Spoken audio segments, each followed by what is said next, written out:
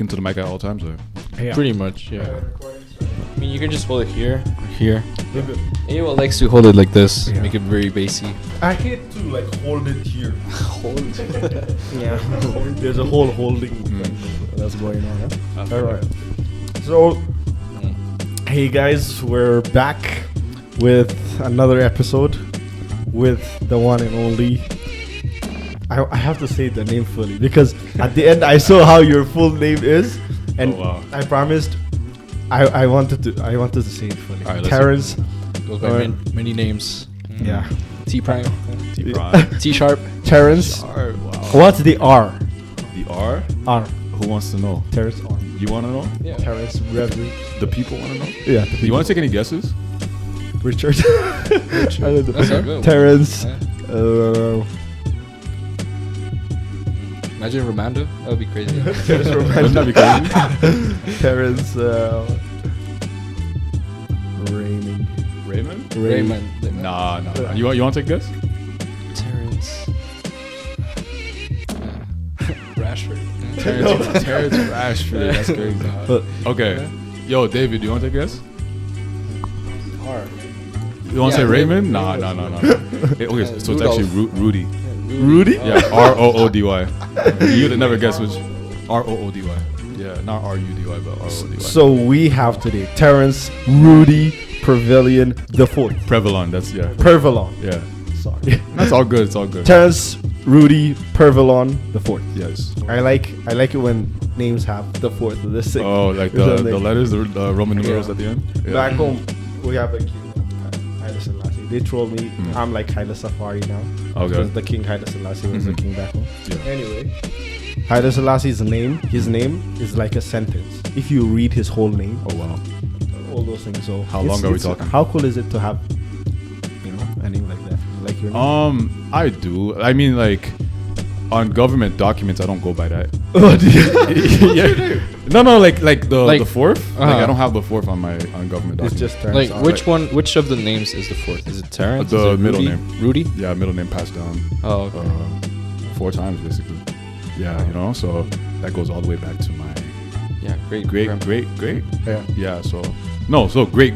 Yeah, Yeah, great. So my grandfather, his father, and then his father before that. Yeah, so that's where it comes from.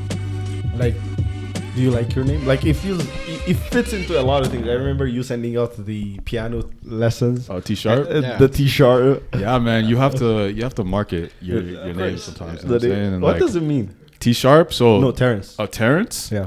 Honestly, bro, listen. I wish I knew. You know what I'm saying? So I tried dissecting my name so many times. You know what I'm saying? Taking stuff like Hebrew and Greek. You know what I'm saying? Yeah. Like you think that you'd find something for it. Yeah. I searched up all the meanings online. I know that TER. Not even Creole? Huh? Or not even Creole? No, it's an English name, right? Yeah. It's an English name. Uh-huh. And like TER could stand for like 3. You know what I'm saying? Ter. Like I think it's Latin. I'm not sure. Don't quote me on that. But like I know somewhere like it means like 3. So I tried making sense with the RENCE. But I couldn't really find something to it. But I told myself, you know what? It doesn't matter. I don't need nobody to give a meaning to my name. What do you think the meaning? I give meaning to my my own existence. You know what I'm saying? True. So like. One Terrence could come off as some way, and another Terrence can come off as another way. You know what I'm saying? But me, I am who I am. You know what I'm saying? Yeah. And yesterday when yeah, Gershon was that's what it talking is. about being a stranger, yesterday at Wise, for the morning service, it was Gershon. And his name in Hebrew means a stranger. So he was talking about that, right?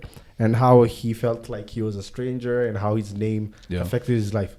The whole time I couldn't stop thinking about how I also used to believe, and I think I still do believe, names have a lot to do with who you become. You think so? Like, I think so. I don't know why, but what do you guys think?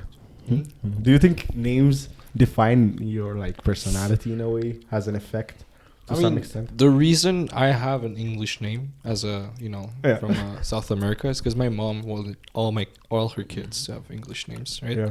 So my 2 brothers have William, Jonathan. Yeah. I have Joshua, Kimberly. my sister Kimberly. Yeah. Right? Oh, So it's English and you the don't suffer? middle names, for the boys, my dad just gave us all Matthias, right? Oh. My dad's name. So we all have our dad's name. And Kim has a name that my grandma gave to her, right? Yeah. So It's just like, random. I guess for me, I don't have a really great attachment to the name because it was mostly from like my mom trying to, you know, choose for us basically. Yeah. I mean, we all choose. We can't really choose our name. Yeah. That's right. But like, think about the biblical side of it too. Like in the Bible, you know how character and names usually coincide. Yeah. I think I want to hear your take on it because Jacob, yeah, deceiver, his name, like whenever his fate was changed, his name was changed. That's as right. well. That's right. Abraham to Abraham. Like if we go through the biblical names, their names are changed constantly. My name, I used to be ashamed of it, like grade 6 or 7. Why? A pastor came to our church and he was like, "Hey, Abel," he was just trying to troll me, right? He said, "What's your name?" Abel, right? What does it mean? And I was like, I don't know. I was grade 6, right? I don't know. And he was like, "It means unwanted, you know, air, right? Useless, like." Oh, wow. Then I was like, wow. I was sad. And I was like going to my mom. I asked her, "Hey, Mom, why do you even call me Abel?" Right? And she was that's like, crazy. Wow. because I asked my dad. My dad said, "Oh, your mom called you Abel." I don't know. Go So ask your he mom. took no responsibility. He's like, yeah, No, leave me alone. My mom basically said, because she converted from Muslim to Adventist, the first biblical character she saw, and you know, in our culture, being favored, having a favor of an older person, of God, is a big thing. Yeah. So she felt like Abel had favor in God's sight. She didn't know the meaning of it. That's why she called me Abel, right? Later on in Hebrews, it says Abel loved by God. So now I just take that, whatever, right? Yeah. But I do believe there are themes in the Bible that could imply that names have connection with character. Sure, of course. Yeah. 100%. Like, you want my take on it? Yeah, that's all. Yeah, I agree. Like, you know, you mentioned like Jacob and you mentioned Abraham. Yeah. Right. We have other examples. We have Peter, right? Yeah. Saul turning into Paul. Yeah. Right. In modern day, like society, you know what I'm saying? Like, you know, I feel like God moves. He's still the same, but he moves a little different. Right? You know. Okay. Right now, most times if somebody's gonna change their name, you don't have to go through emancipation or something. You know what I'm saying? But I think that like when it comes to your name, though, you know what I'm saying? Before you find Christ, you know, you have certain identity in the eyes of like society, you know. But once you find Christ, you know what I'm saying, who you were is totally different person. You know what I'm saying? So like, like you're going somewhere. Yeah, no, definitely. And I don't know where I'm being led to, but like, you know what I'm saying? I'm gonna just follow whatever spirit's leading me there, you know? And I feel like, you know, somebody can know you as, you know, a liar. Somebody can know you as a cheat. You know what I'm saying? Somebody can know you as somebody who's unloyal, no integrity, no respect, whatever. You know what I'm saying? But once you find Christ, it doesn't matter how those people saw you, because God, first of all, before people started labeling you as something, God already labeled you as something, you know? Precious and, you know, with worthwhile in his eyes. You know what I'm saying? That's always the label that you had. Now accepting Christ is you accepting how he sees you. You know what I'm saying? And like, that's why, like, you know, whenever people like call me a name that like I don't like, I'm like, don't even do that, because what do you not like? What do you not like? No, like, you know, if they call me like, I don't know, like for example, if somebody calls me dumb, right? Because I make a dumb mistake. You know, you're not defined by your mistakes. You know what I'm saying? I see. Just because I make a dumb mistake doesn't make me dumb, right? And they put it as a label. Yes, you know. Hey, dummy. I'm like no. You know what I'm saying? Because if God doesn't see me that way, who are you to call me that? You know what I'm saying? But are you not implying that what people call you can have an effect on how you act? Because I said you're going somewhere because there's this Ethiopian philosopher. His name is Dawit. He's like a psychiatrist, right? Yeah. Dave, actually, his name is Dawit. Back when we call David Dawit, right? Jeez, okay. So I remember him talking about how a name is a character given to a person that is constantly changing. So I think I talked to David about this too. No, you already mentioned it here in this podcast. Where like your name is the only thing that will stay. I'll stick with you. Stick with you. But you as a person, you always change every single day. Yeah. Like you're not the same. Except for your genetic traits that you cannot remove, you're constantly changing, right? You're being better, you're different. Yeah. And like just interacting with other people as well. Just like having some new knowledge makes you a different person, because you'll act different upon it or something like that. Yeah. So like imagine now me going back home after like 3 years. Yeah. It's not a lot, obviously, for immigrants. But like if I go back, for me it's a lot. I'm assuming there are some of my friends that know me for who I am and are gonna approach me, and they're going to feel like, hey, something's changed about Abel. Isn't he supposed to be Abel? You know what I mean? Like that's what I'm saying. Like, how much does character, because I feel like names stick there sometimes. To your point, sometimes names don't truly define where you are in life. But even if that name doesn't define you, there should be another name that you have. That's the argument the guy presents.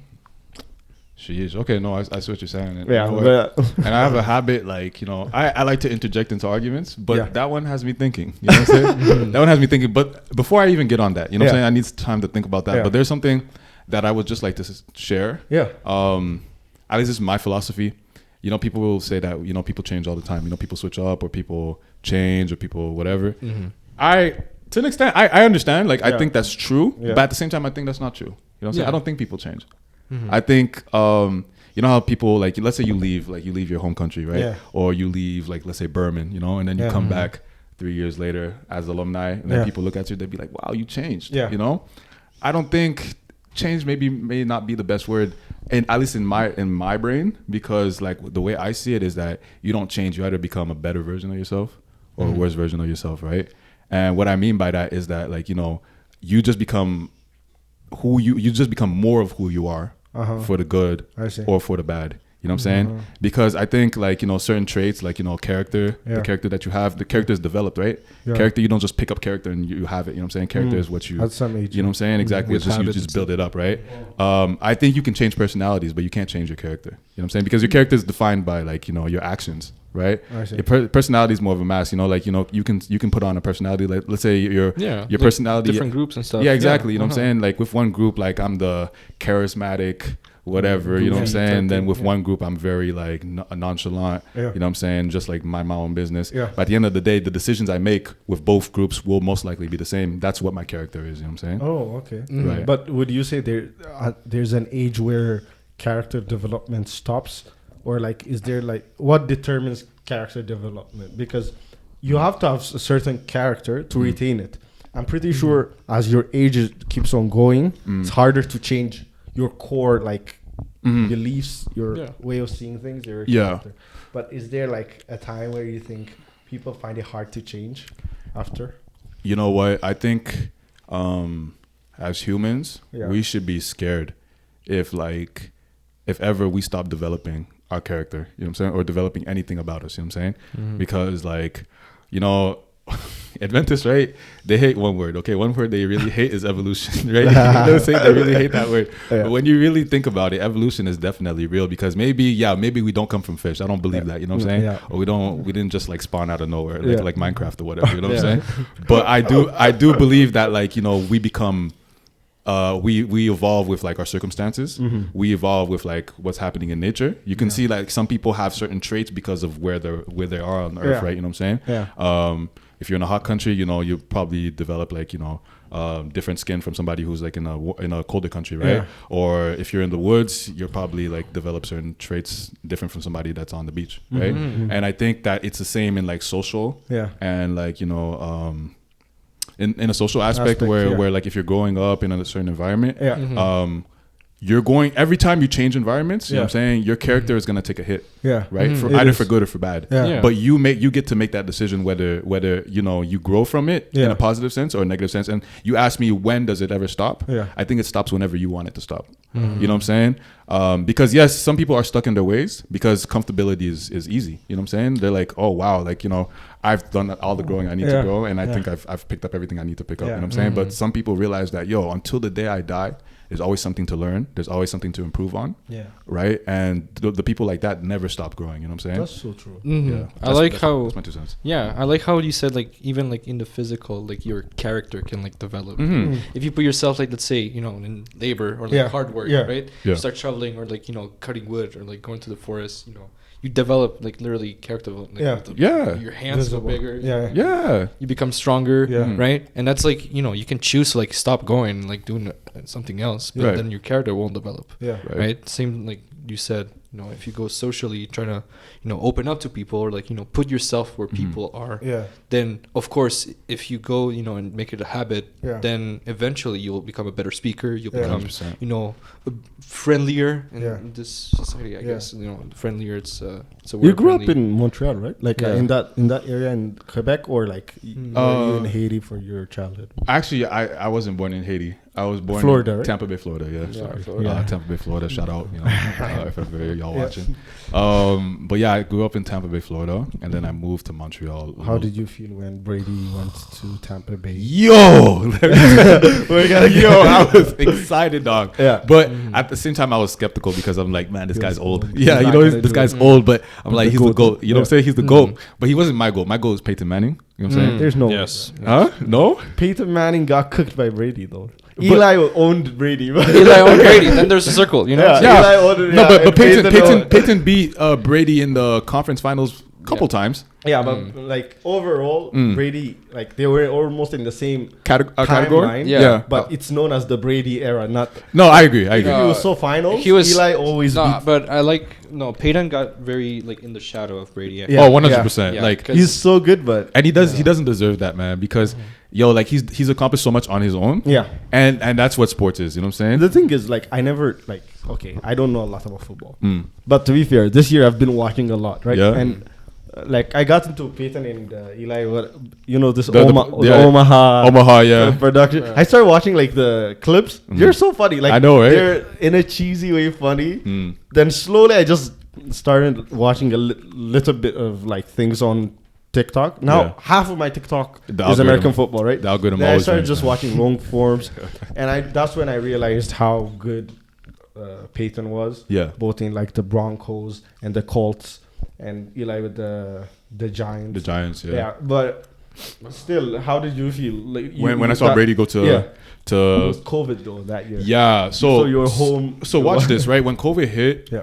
man, I was thinking about sports in general. Yeah. And I'm a big sports fan. Yeah. I watch all 5 major sports and everything else. Yeah. I watch darts. Yeah. I watch poker. You know, Poker is so nice. I love watching darts is peak. Once you know how like poker works, just watching crazy plays. Apparently it's a sport. Bluffs, it's like wow. Like no, it gets you hooked. Yeah, It's no, crazy. you're right, bro. Yeah. Like, listen, if you ever been at Maple, what we call like the dark hours, you know what I'm saying? Yeah. Bro, especially last year we would lobby. just be in the lobby, bro. We'll just you know what? And Mr. Agri, I know how like Adventist people feel about cards, but let's just let this one slide, right? We're having fun, and it's no money involved. There's no money, you know what I'm saying? Maybe snacks, like that's Bro, that's the Domino's extent, and I know you guys enjoyed Domino's. Yeah. Did I say it wrong? No, Domino's, no, that's how you call it. Domino's and poker. And just Monopoly, especially. That's a big one for me. No, darts though. My personal view is darts is the hardest sport for me because most people I have not seen. Like I've seen a very good basketball player, like a good friend, not like NBA level, but I could see a good basketball player, a good football player, like all the types of players at my age. But I've never seen a serious dart player who targets and hits 4 out of 5. It's like a 1 or a 2 out of 5. It's precision, man. It's so hard to be that precise. 100%. Like I think that's why now it's taking over. I think it's the second sport in England, in UK, right? Oh, the second most popular? Most popular. Oh, like, wow. It sells more paper nowadays. What's it has football, more views than boxing in the UK. And except for football, real football, that is the biggest sport. And I'm trying to get into that too. Yeah. But now it's my like American football era. Yeah, after that's like your era. That's your Man phase. U like hurt me so much. Like I'm so bruised. I don't watch. You're due for reparations. You definitely. This year, me and Josh. No, man. I had hopes. This year. Okay. In our house, we have 3 teams, right? Because I have 2 brothers, right? Okay. Jonathan, Seahawks. Like I respect Seahawks. It's in the house, so I like them, right? If there's a game Seahawks, playing as Atlanta Falcons, you'll watch it. Okay, sure. Yeah, I want Seahawks, right? Yeah. Then there's Minnesota, right? Vikings. Okay. I like it huge. Like they were consistent pretty much, since Adrian Peterson, but now it's like, let's not talk about it. Ups and downs, yeah, and my team was the Steelers, right? I thought you liked the I grew up with the 3, Big Ben, Antonio Brown. Yeah, talk about him. Le'Veon Bell. It's like, and then Juju Smith, he left. I thought he was gonna carry the torch of Antonio Brown, but like now he went crazy. He went crazy. Yeah, when Ryan Clark and those people were playing, or that was too old. I just seen. Like he's a commentator, right? Yeah. So now I see some clips of him playing at the Steelers, and I'm like, but I like Tomlin a lot. That's Tomlin, why that's why I like. What's the stat again? I think he has like 17 seasons bringing them to the playoffs. Yeah. 17 seasons, no losing record. 17 seasons straight, you know what I'm saying? Including this season. But they didn't even make the playoffs. Yeah. Did they? They No, did it. the Steelers? They lost. They lost on the They first round. They did lose the the first first round. round. I didn't watch that game. Yeah, but against the Bills. isn't that impressive, bro? Yeah. I know. That's why I 17 respect him so much. Yeah. So, I always had hopes, but what's your favorite memory of that playoff series when Brady came for his final ring with the Tampa Bay? Bro, it must have been the Super Bowl because that was with the Chiefs, right? Huh? That was the Chiefs, bro. Okay, so I'm a Broncos fan, right? I'm a Broncos fan, but that's why you like Peyton. That's why I like Peyton, Okay, right? I'm yeah. a Broncos fan, so like, as much as I love the Bucks because I'm from Tampa, you know what I'm saying? If somebody asks me what's my number one team, it's like it's the Broncos. But when the Broncos are no longer like playing, I have to go to the next like relatable thing, which is Tampa Bay. And then Tampa Bay's not there. I have to just search my heart and see what team I like. You know what I'm saying? I don't think it's a bandwagon even thing. if you don't have a team, Yeah. the moment you start watching a game, what I realized is you will just like it when like your heart tells you what to support. Yeah. Because when you see one team attacking, you'll be more happier. I realized, okay, this day I like this team. I don't know. Some teams I do not care about, right? Right, The right. Premier League. They'll be like 16th and 17th team playing. Yeah. And one of them I will just like at that day. And I'll be like, okay, I support this team. like even now, like my heart's in Detroit now. I just want The Lions. The Lions, yeah. Yeah. Have a dude. great For season. me, whoever wins this year, Yeah. I may have to be on that side because I was saying, I was telling him. Yeah, he was telling me you should because you're a new fan. Yeah. You should be supporting the team that wins this year. I was telling him I like the Cowboys, right? Yeah. Everything about the Cowboys. Oh my gosh. So he's You like, just triggered me. that's the what Dallas I'm The thing is, I love Man U, right? Okay. Man U's royalty. That's English the royalty. equivalent of Man U in the that's maybe NFL. why- Yeah, that's maybe why that's I was crazy. attracted to the Dallas Cowboys. That's like hilarious. something about the Dallas Cowboys is just It just cool, you know. Yeah. Like, I and feel I'm that. like, okay, America's team. Yeah. I was just the main reason I liked them was I used to watch a lot of Undisputed With before I Skip. started watching American football. Yeah. I got into basketball because of Undisputed, and Skip would just come in and be like, Cowboys. "How about them Cowboys?" Yeah. Then I'd be like, "What's that? What's that?" Then I started watching these videos of how about them Cowboys, right? And I was like, it just sounds cool, you know? But people hate them. No, You're yeah, they do, and I didn't make that mistake of liking the Cowboys. I made the right choice of liking the Broncos, even though they're not that good now. Yeah. But the reason why, like, I liked the Super Bowl so much out of that whole series with Brady, his last dance, basically. Well, it wasn't his last dance because he played a season after, or two. One. Yeah. Yeah, COVID is a murky time, but it was one season after, right? The reason why I like the beatdown of the Chiefs so much is because the Broncos and Chiefs are divisional rivals, right? Yeah. And for the longest time, bro, like since like maybe Peyton retired, the Chiefs have just been bringing it's actually been like horrible. Like it's like they should go to jail for what they're doing to us right now. You know what I'm saying? But now it's a little better. And I told myself, like Brady has to he has to redeem us somehow, you know what I'm saying? For every NFL fan that hates the Chiefs, you know what I'm saying? He has to do it. And mind you, think about it this way, right? I like underdogs a lot, and the Chiefs were just like on the rise, right? Yeah. And I believe that the Tampa Bay Buccaneers were underdogs coming in, but not big underdogs. You know what I'm saying? They were saying it's going to be a tight game, but everybody was like Chiefs Kingdom. Mahomes too. Yeah, But then I'm like, guys, at the end of the day, this is the GOAT. You know what I'm saying? He may not be my GOAT, but he's the GOAT. You know what I'm saying? And like his hometown, it's just everything was working in my favor. You know what I'm saying? And then, bro, like the defense just took over. Brady did what he had to do. Yeah. And it was just a great time. You know what I'm saying? He didn't have one complete touchdown from Mahomes that whole game. Yeah, bro. They were like locked 20 them times. up. You know? But that's fun. So how old were you when you moved from Tampa? How old was I? I was 11 years old. When you moved to Quebec? Yes, when I moved to Montreal. So would you say you're more shaped by... Are you more of a Quebecois or the U.S. American? Just upbringing wise, like would you identify better? I don't even have a Canadian passport, guys. Right? Like Montreal's home. I claim Montreal with all my heart. Like that's where I live. That's where my friends are. That's where my family is. Yeah. And like I can never say that I don't feel comfortable in Quebec. I don't feel comfortable in Montreal. Yeah. But Florida will always be home. I think I'll always eventually make my way back to Florida. But I wouldn't mind spending the rest of my life in Montreal. You know what I'm saying? However, However, like what about Lacombe, bro? Lacombe? They asked me about Lacombe. You know what? L-town. Like coming to Burman, I was like, you know what? There's no way. You know, there's no way I can. I'm leaving next semester. Yeah, like there's no way. But as you know, or maybe you don't, but like I was in school for a little bit and then I had to leave school a couple of times. You know, I've been in and out of school.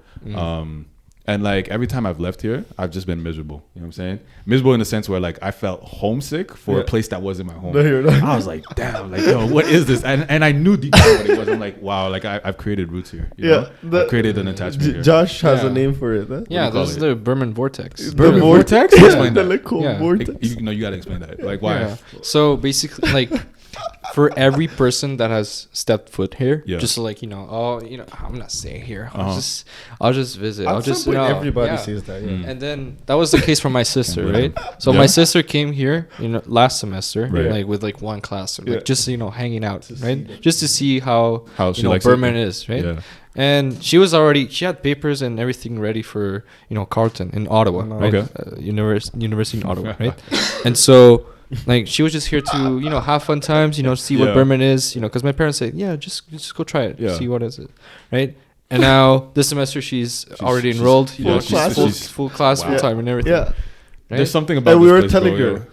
Yeah, once you taste it, once you taste it, you won't leave. Like I was telling her, you'll study taste. here. Yeah, you'll study here. You won't be able to leave. And she was like, nah, I'm just going back. You get used to it. It's just like Maple Hall. The first day I walked into Maple, I was like, bro, this place looks like a prison. It's the cold. First 2 doors and the color, the gray. I was like, bro, no. Now I love Maple, bro. I'm like so comfortable. I don't like Lakeview. Yeah. Compared to the... I think you know what it is for me, though. And I think it might be different for everybody. Yeah. Like, I think I like the community aspect of Lacombe. Yeah. Not just Burman in general, because even when I step out in Lacombe, you know what I'm saying?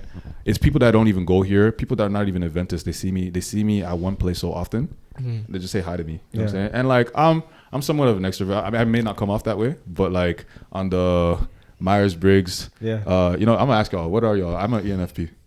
This week, I'm ENTJ. ENTJ? Yeah. Oh, we could get along. Yeah, architect. He's the extrovert of ENTJ. ENTJ. INTJ, ENTJ. Oh, you're INTJ? Yeah. ENTJ? Okay, you guys will get along. Oh, that thing we finished last So he's a yapper. I'm the the thinker. I see. I'm an ENTJ. I'm not the thinker. I hate that term. But I'm not gonna give him. But he has the extrovert aspect. Right? Okay. That's what we call I can see it though. Yeah. I can see it. Yeah, you're out and about. You know what I'm saying? Yeah. I remember like my first semester here, me and Terrence used to work together. Yo. Like it was our first job. My first job was at the calf.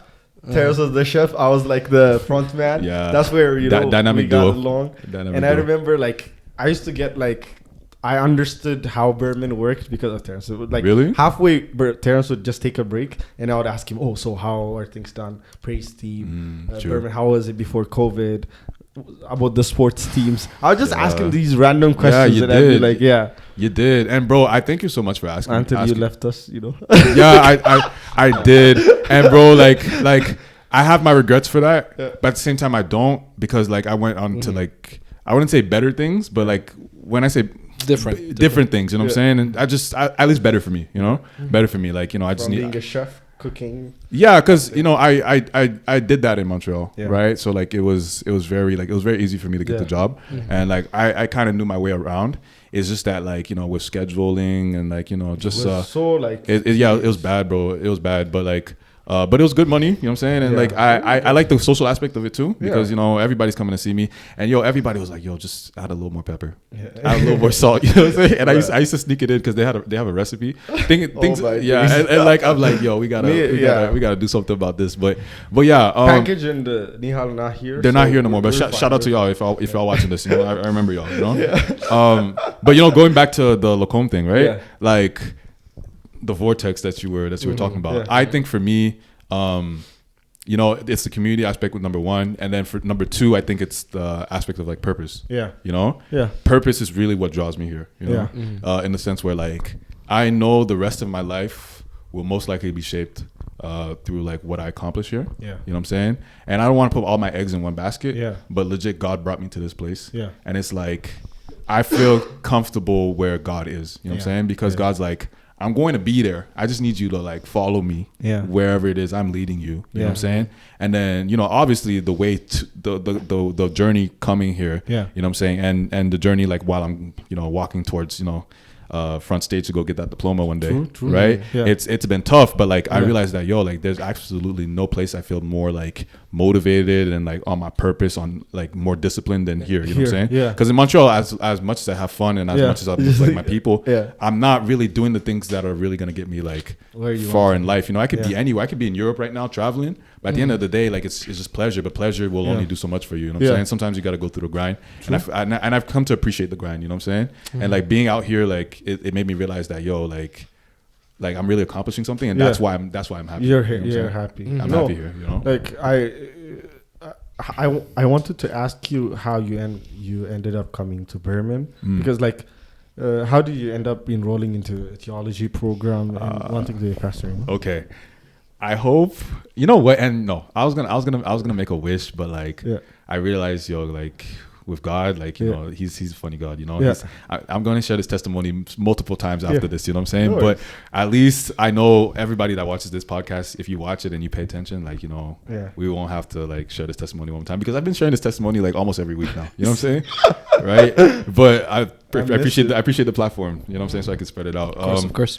But basically, this was 2018. Before coming to Burman, I had enrolled in a college called Vanier College. This is in Montreal. Vanier? You know Vanier? Right? Yeah. So, mind you, straight out of like high school in Quebec, you go through grade 11. You don't go to grade 12. Yeah. Right? Because there's Cégep. There's another pre-college system there. I look at it as like junior college. Yeah, junior college. Yeah, that's you know? the word for it. Yeah. So it's you can't go to university straight out. You know what I'm saying? If you want to go to university straight out in Montreal, you have to go to another province or maybe another state, just somewhere else, and go do the grade 12 over there.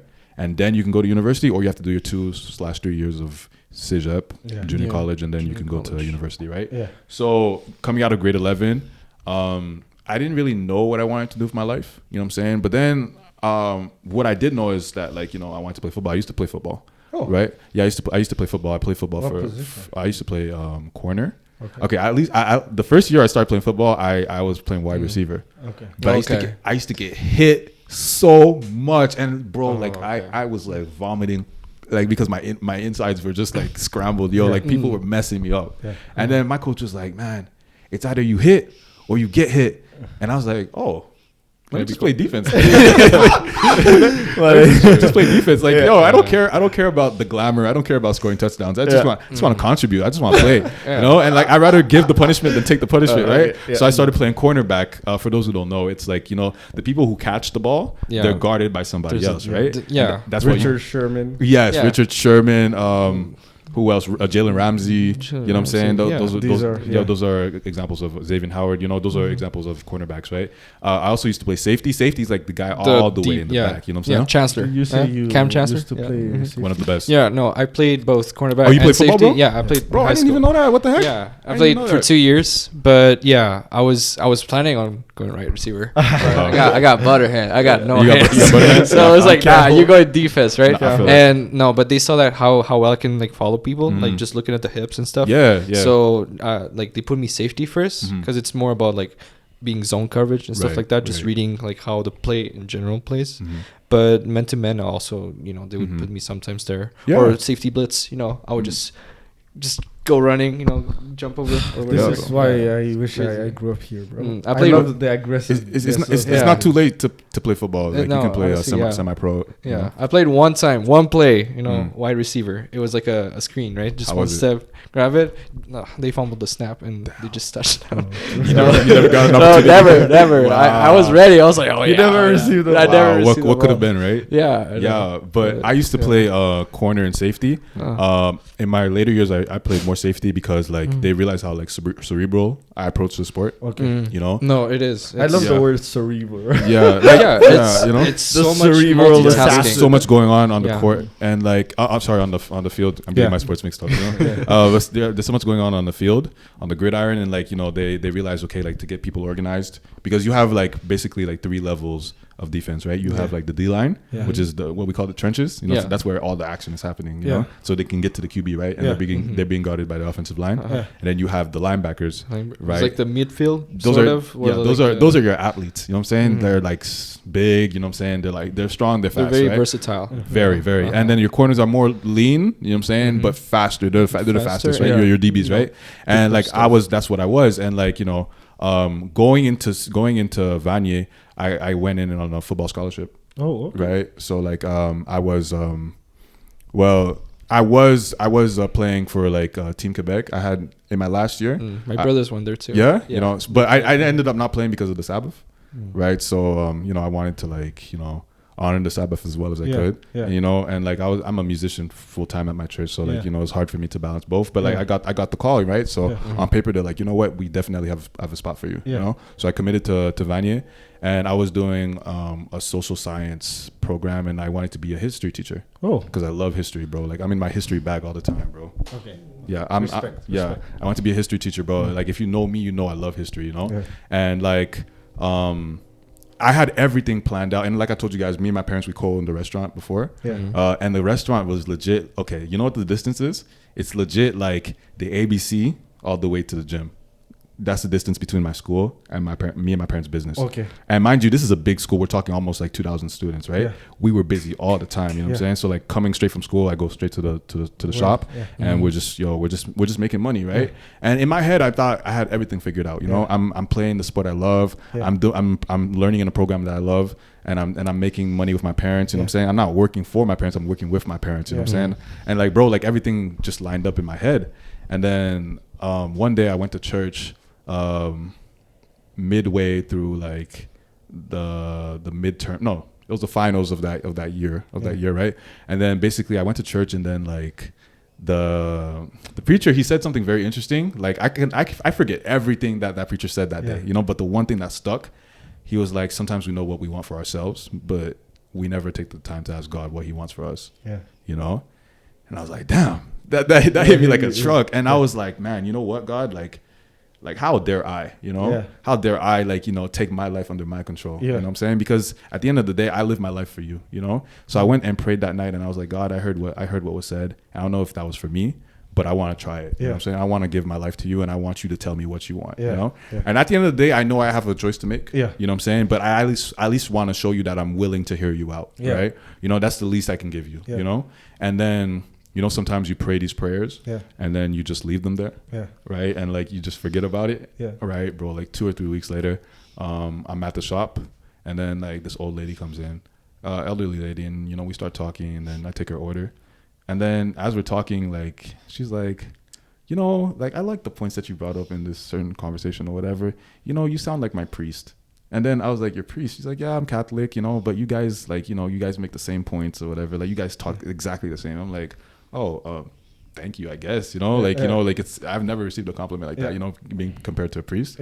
And then, I just left it at that. Next couple of hours, somebody comes in, and then we start having a conversation. He's like, wow, you have a radio voice. And I was like, yeah, thank you. And then he's like, yeah, you can do a lot with that. You can definitely go into radio or narration or whatever. And, I thought about doing stuff like that. I'm actually doing voice acting right now. So I'm just putting stuff out on the independent stuff. Yeah, exactly. Like just independent stuff. Yeah. Hopefully I can, get picked up. Yeah, you know what I'm saying? So like I'm a baby at it right now. I just started over the summer. Yeah. Right. But yeah, so he said that and he's like, yeah, you can go into radio, but better yet, if you were behind a pulpit, people would definitely listen to you.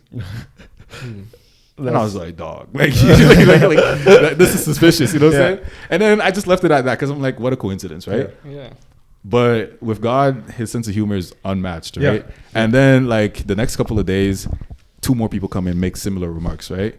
And then, bro, when I tell you it started to multiply, the next day it's like 3 people. Then the next day it's like 4 people. People are just telling you 5, 6, 7, and then at one point it's not even confined to the restaurant anymore. It's everywhere, like at school, church.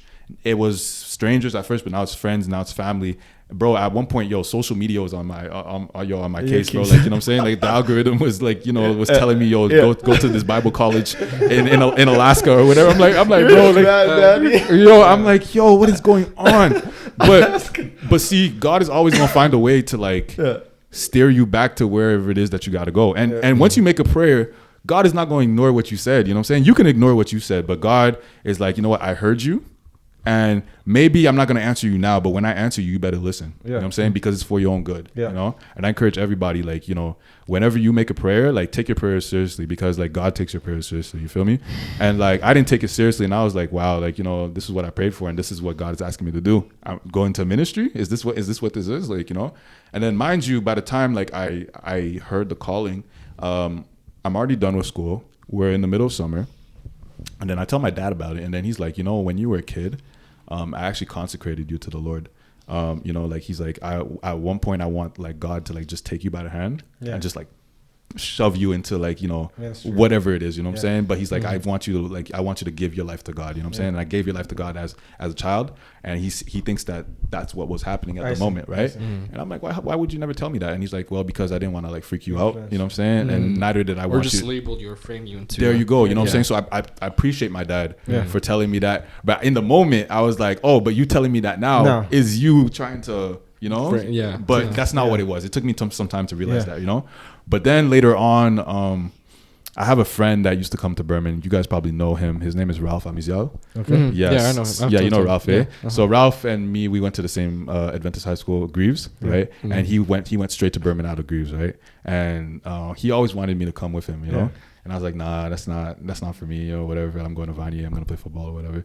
And then he was like, he called me, and then he's like, yo, so are you going to come this year? And then I was like, yo, like, is there a Theo? There's a Theo program at Burman, right? And he's like, yeah. And he started giving me all the information. And then I started looking at the price, and I'm like, yo, like, this is crazy. I can't do this. Like my means are not, like, you know, we're still trying to pay off stuff in the store. You know what I'm saying? We're trying to see, like, what we can do in terms of just making as much money without making too many expenses, right? And then he's like, you know what, bro? Like, I'll call marketing, and then they'll call you. And then you guys can talk about it, and then, like, you know, we can see what we can do. You know what I'm saying? He's just trying his best to, like, get me to come, you know? And then marketing ends up calling me, and then, like, you know, they're like, yeah, it's $20K. I'm like, I don't got $20K. And then they're like, okay, what you can do is that if you can get us, like, letters of recommendation or whatever, you know, and marketing, shout out marketing, because, they find ways, bro. Like, they find ways. Not for us, not for me and David. Really? Nope.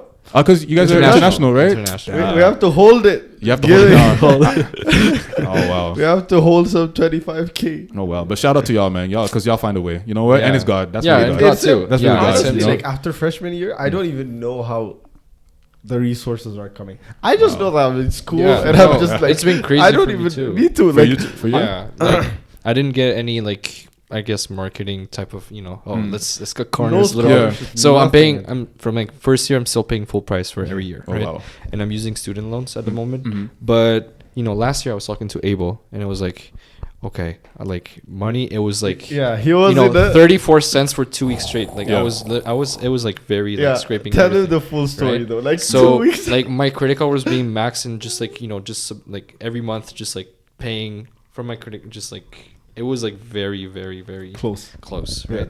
But then I was like, you know, I just need an answer. Like, I don't know if I can stay here, right? Because, like, I can go, like, you know, work sometime, you know, get back up, and then come here, right? And I told Abe, I was like, you know, okay, God will provide if I want. He'll answer me. And then I got the 5K scholarship. This man made, like, more. I declared it. I was like, he was saying that. I remember him saying where he was, the credit cards, him being stressed about it.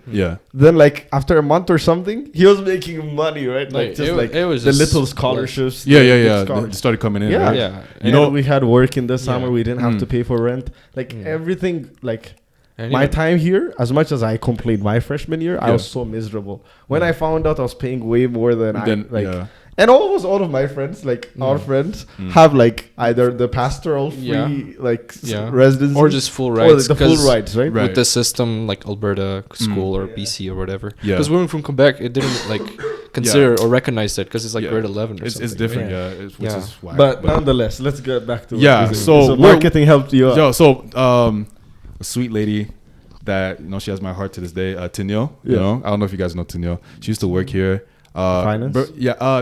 Marketing, actually. You know, and, like, she's not here no more, and staff is a little different from when I first enrolled, right? But yeah, Tanil, she was just finding ways, and she's like, yeah, just get me this and get me that, and we'll see what we can do about the price, right? And then I went to, like, my favorite teacher in high school, shout out Missy. and I went to like, my coach. My coach was disappointed to hear that like I wanted to go somewhere else. I was thinking about going somewhere else, but he was like, you know what? If you feel like that's God, I'll give you the most glowing recommendation. You know what I'm saying? Yeah. And then I actually didn't expect that from him. I actually expected him to be like, yo, if you don't want to be here, then just go. You know what I'm saying? Yeah. But nah, like my coach is very cutthroat. But yeah, he gave me a glowing recommendation, and I got one from my pastor, and I got some from other people too. And then I sent them to Burman, right? And Burman never hit me up.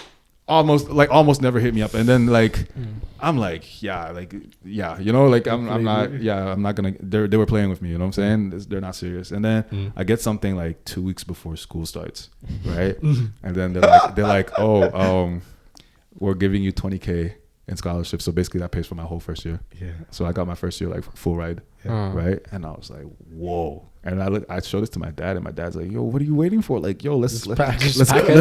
And then I was like, yo, I can't go. And then like I was fighting it for a whole week. I was fighting it for a whole week. I'm like, yeah, this is not serious. Like, yo, this is not for real. You know what I'm saying? Like, what do you mean? Why, like, how free? Yeah, you know. And then they were like, yeah, we just love like what we're hearing from the community, and like, bro, like, you would be a great asset here. Basically, that's what they were saying. Yes.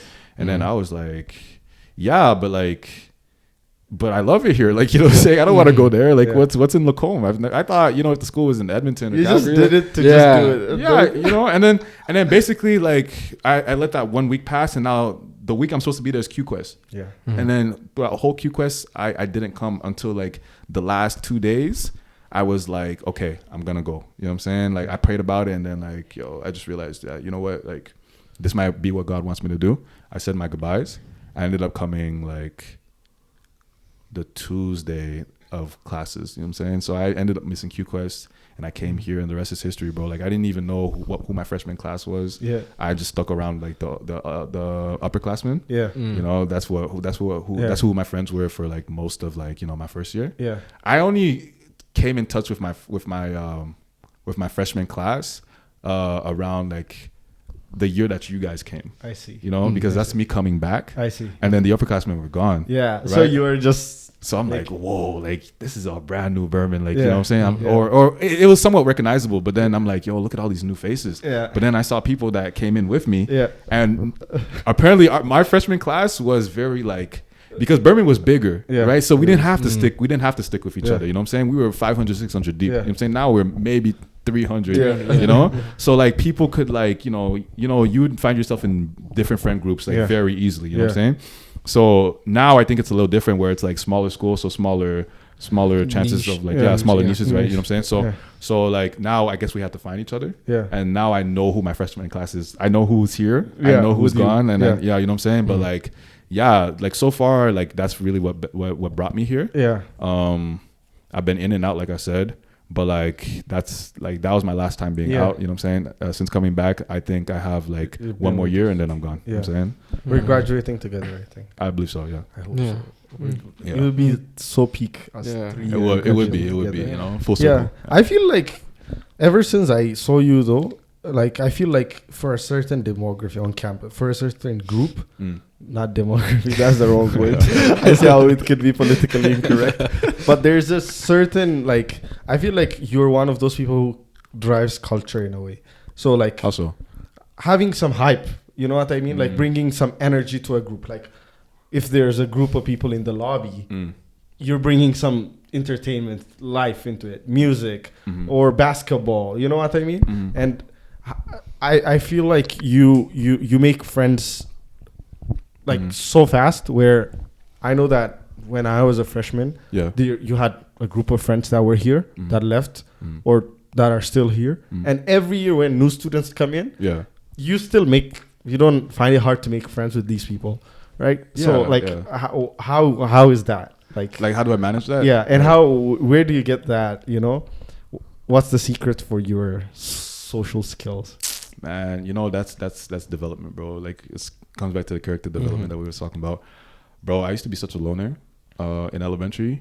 I used to like go to the school where like I've always been an extrovert, I think, but I had to like go into this phase where I had to like keep to myself out of like protection, because like in elementary, coming from Florida, going to Quebec, the 2 years I spent in elementary there, like bro, like we were just it was a lot of racism, you know what I'm saying? And like, it wasn't just verbal, but it was like very violent too, so I had to like develop like thick skin. Yeah. But at the same time, it's like, why try to fit in when you can just like be on your own? Yeah. And then just like, just survive from there, right? But then like, stepping into high school or middle school, as they know it, high school from grade 7 for us, right? Stepping into high school, that was completely different. For those 2 years that I came in elementary, and then that beginning of high school, I realized, okay, this is different. You know what I'm saying? I can reset, and I can like do it right this time. You know what I'm saying? Yeah. Because I can actually choose my friends. It's not like I have to stick with the same class I'm with. You know what I'm saying? Like there's 1,500 students here. You know what I'm saying? So like, bro, like if I don't like this group, I'll just go to the next one. You know what I'm saying? Like I'll figure it out for myself. And that's when I really realized I've started to pick up the skills. Yeah. Also, being an immigrant into this country, it's crazy. You have to, no, but especially in Quebec, that's what I'm saying. Yeah. Like, if it's in other places, like you'll always find your people. Like in Ottawa, Toronto, bro, you go to Toronto, you'll find like Ethiopians, you'll find Thai people, you'll find Filipinos. Brampton, yeah. You go to Brampton, it's like, bro, it's called Brampton Daily. Wait, are you from Brampton?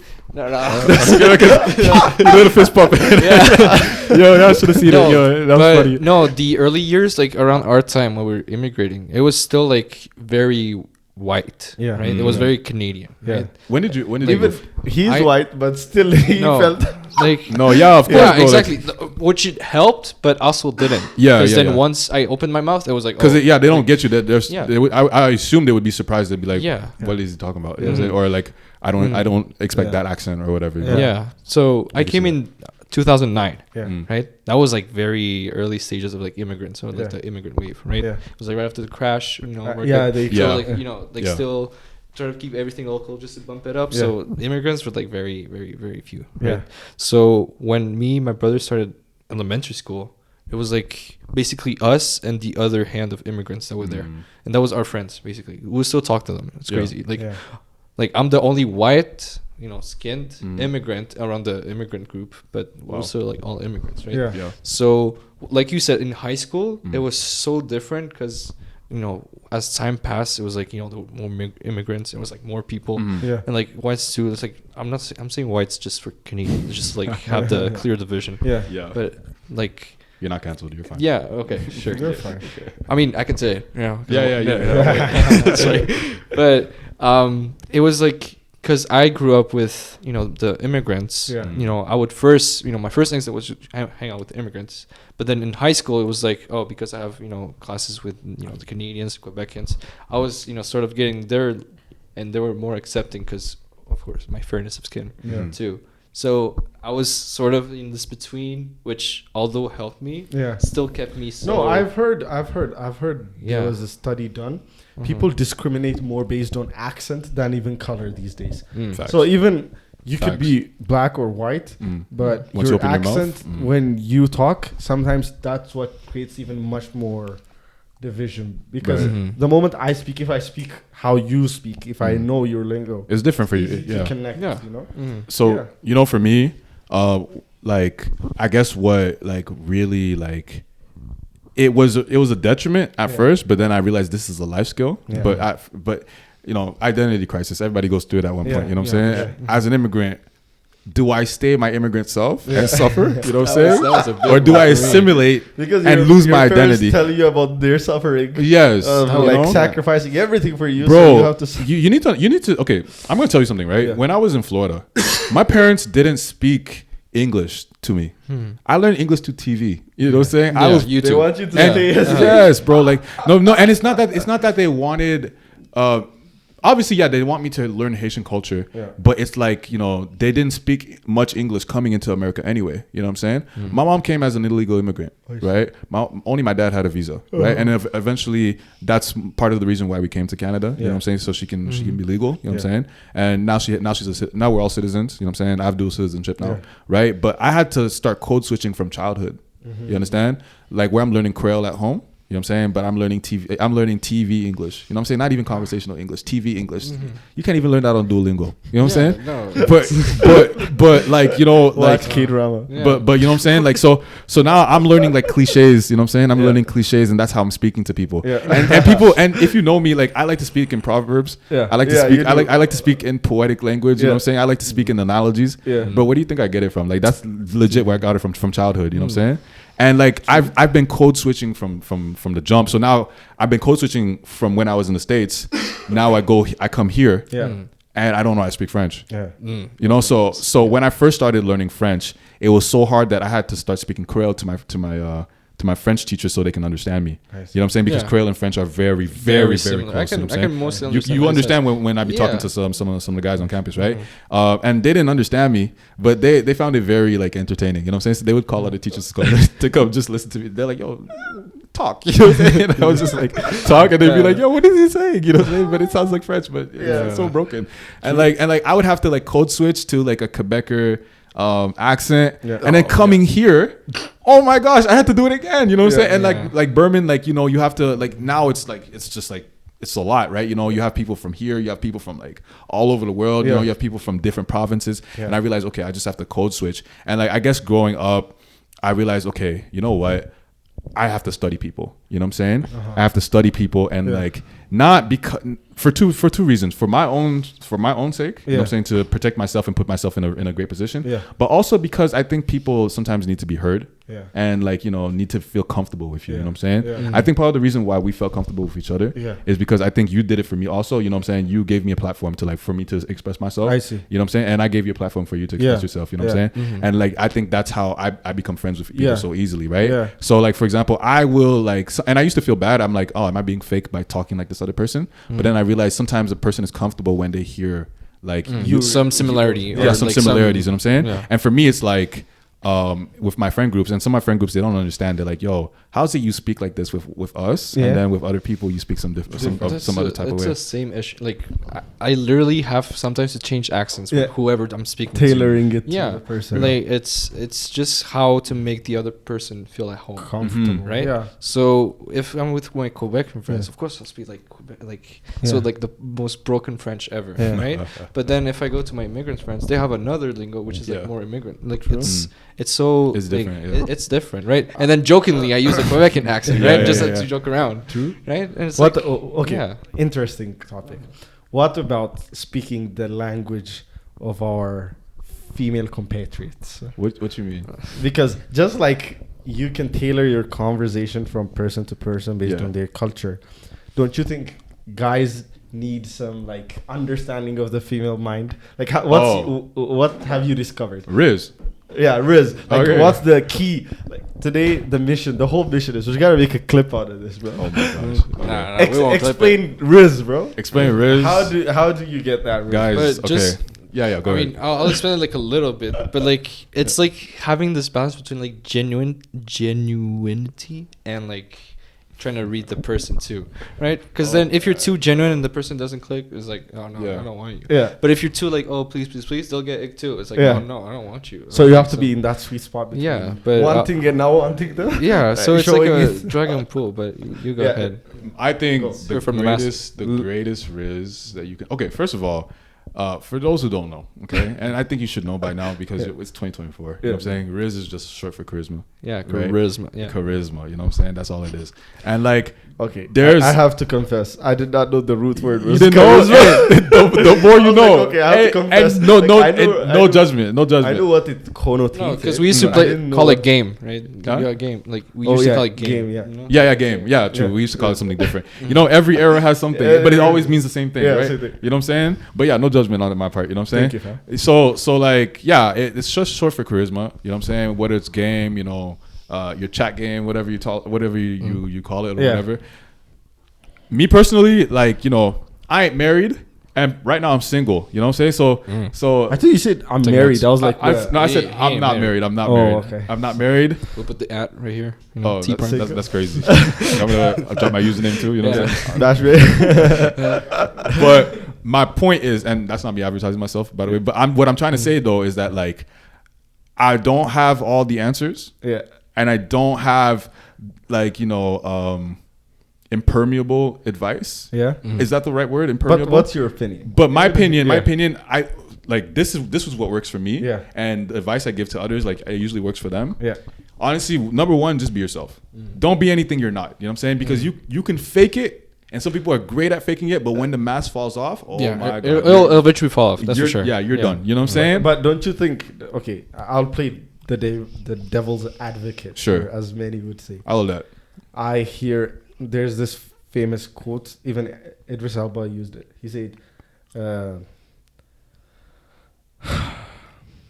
"Girls will never stop wearing makeup, and guys will never stop going to the gym, lying. Oh, lying, because it's the same thing. Because guys would not stop seeing, and girls would not stop hearing."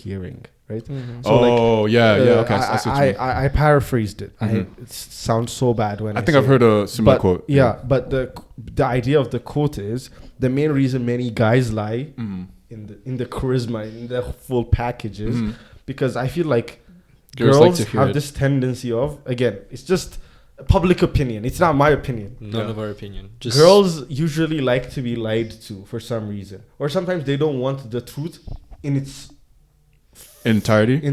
Well, so like subconsciously, like, not that they know it's a lie and then they just like it, but like something they like to hear, but they don't want to, like a fantasy they want to live in that reality, right? That I think that's why guys keep on lying, and that's why girls keep on having all these surgeries, and I think, don't you? So I was just trying to go against when you said be real. What about adding some sauce? Is it wrong? I will tell you this.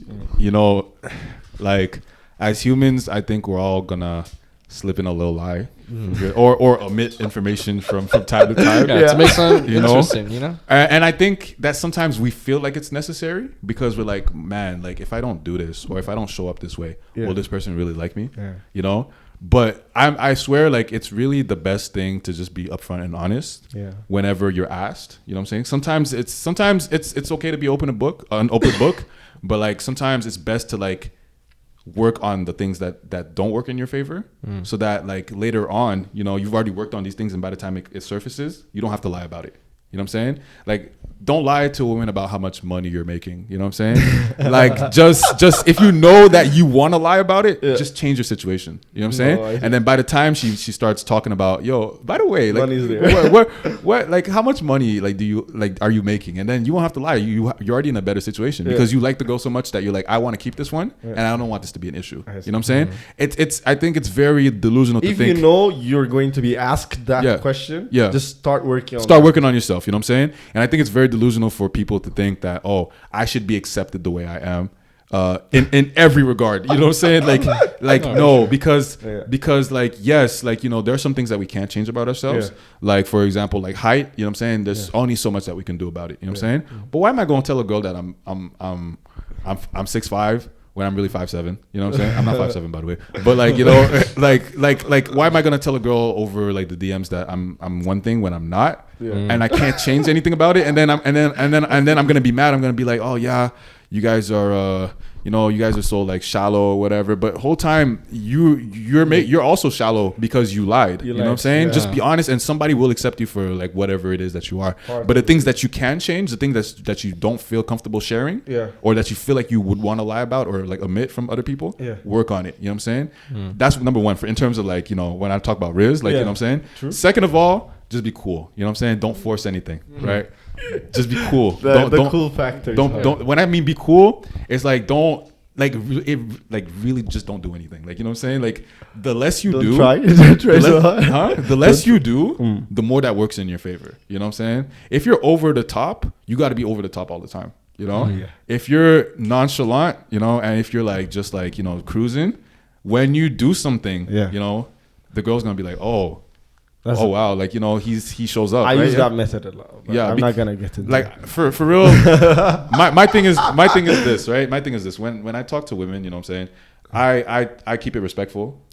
I keep it respectful. I also try to like I try to see what boundaries are. You know what I'm saying? Like for certain girls, like you can talk certain things with them. Certain girls you can't. You know what I'm saying? You have to kind of figure out what boundaries that girl accepts. And I think also like being very attentive. You know what I'm saying, really works in terms of like your Riz, because what you take in is translate directly to like what comes out of your mouth. You know what I'm saying? So like if a girl starts talking about like, I don't know, like history, like let's say she likes history, right? Girls?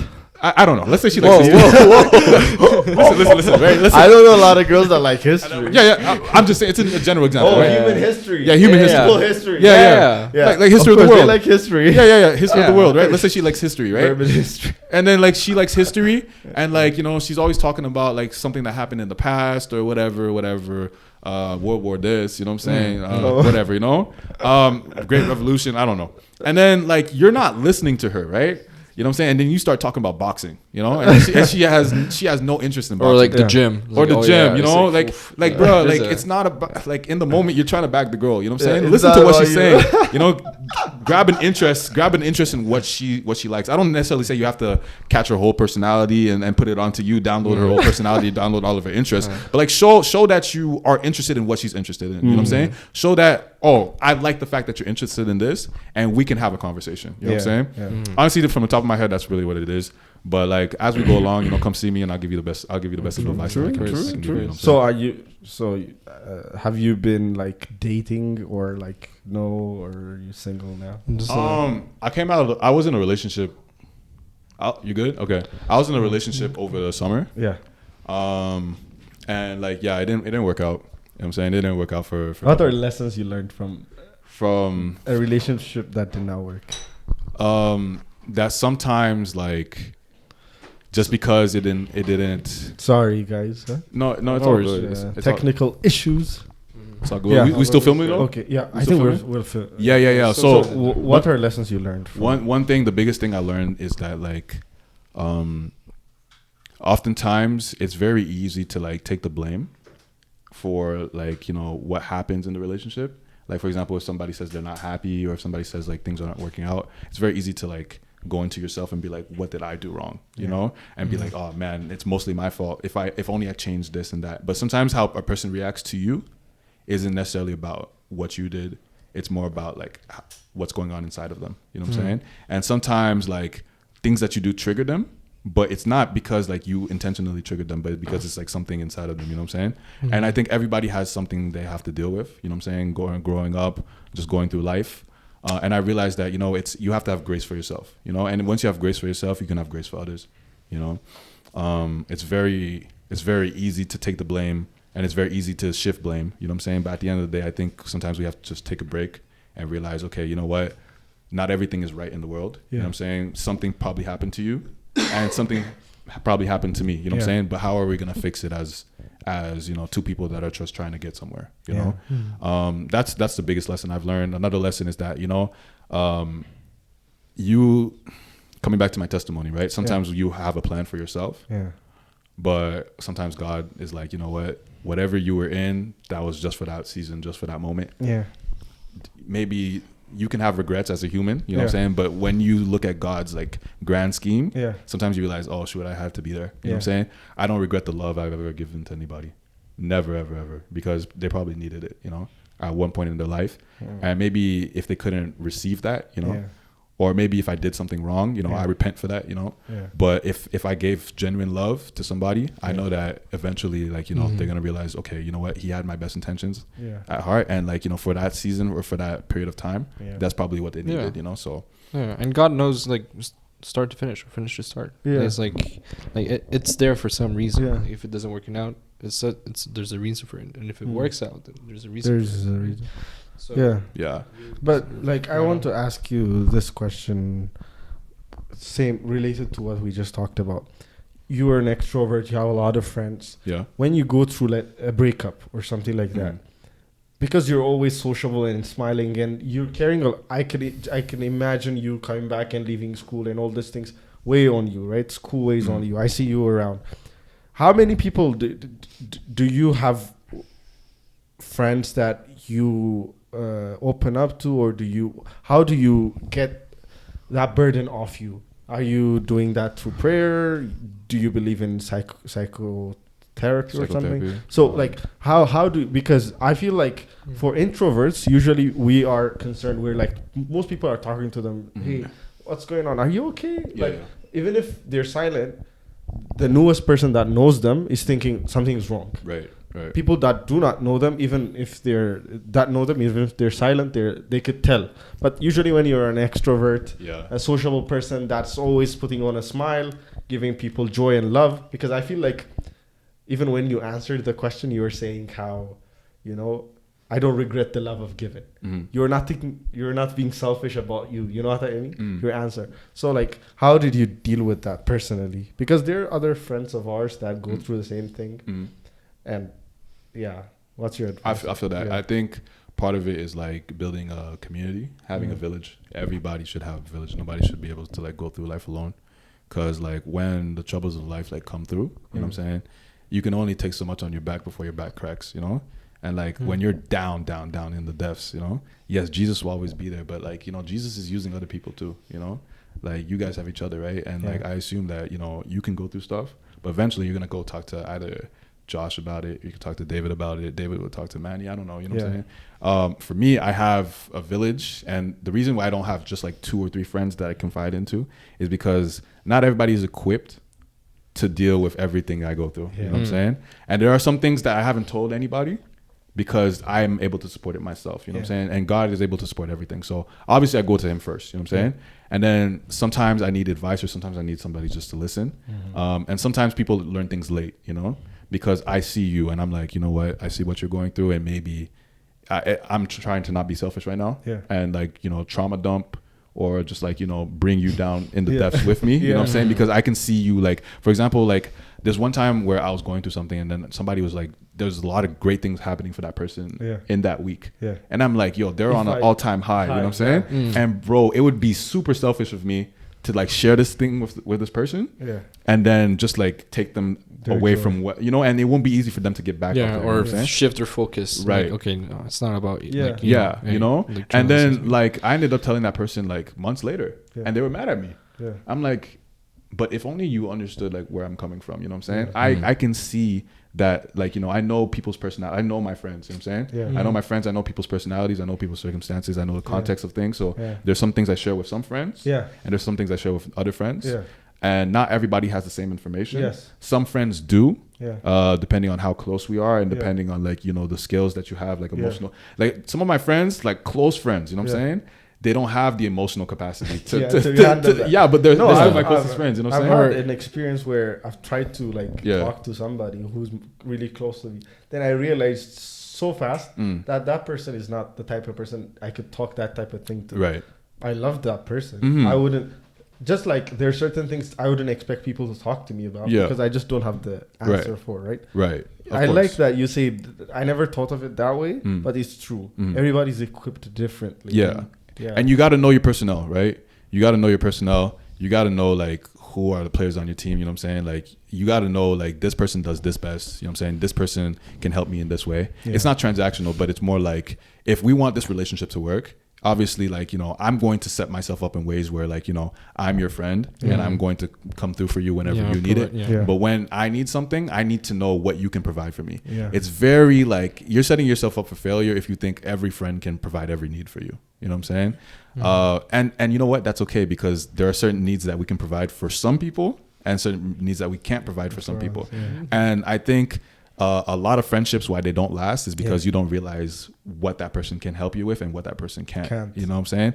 And if that person can't, it's all right. If that person doesn't want to, that's a different story, right? Now, if they don't want to just one time, okay. A second time, okay. Now you get to establish boundaries. And then you got to realize, okay, is this person like really in my corner? There's no give and take. If it's just take. The laws of the kingdom, right? The laws like, there's like springtime and harvest, right? There's a time where you sow and there's a time where you reap. But if all you do is reap, you know what I'm saying? Like, bro, there'll be nothing else to reap, and like, you're just going to the next field and the next field. And so there are some people like that in life where it's just they take, and then they're left empty.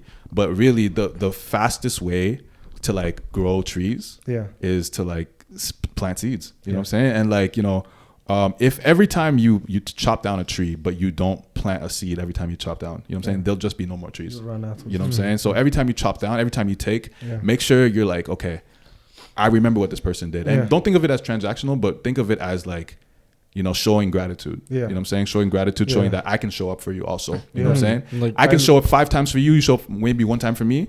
but it's okay. I'm doing it out of my volition. You know what I'm saying? You might not need it 5 times. You may need it once. That person might need it 10 times.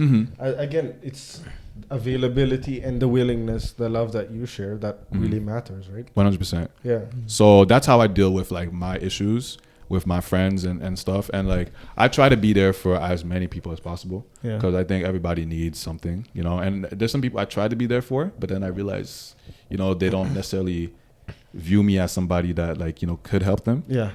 At first, earlier in life, I used to have issues with that. I'm like, man, why are you putting me in a box? Like, I could definitely help you, you know?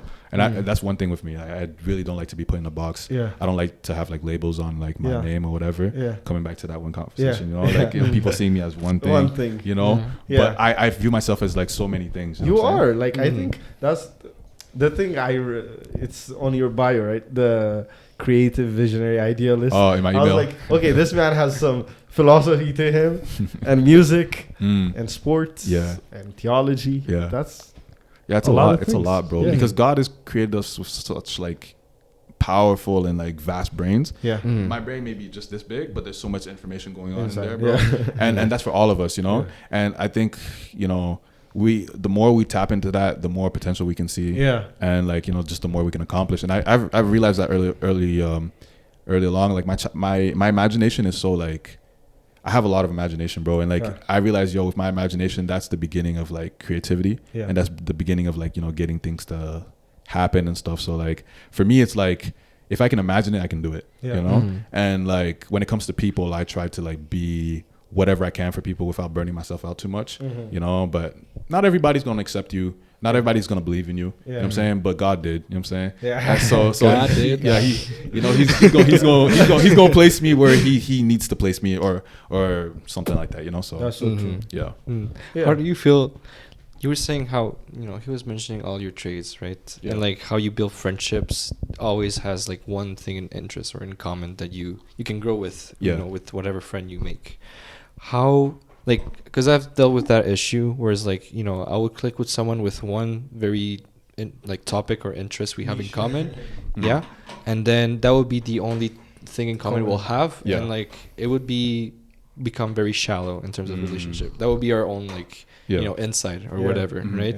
How do you deal with like you having like many friends or like many acquaintances or whatever? You use, you know, your traits or like your interests to make those friendships, but how do you make them feel not as shallow as you perceive them to be? You know, I'm a big advocate for like, you know, deep conversation, deep connection.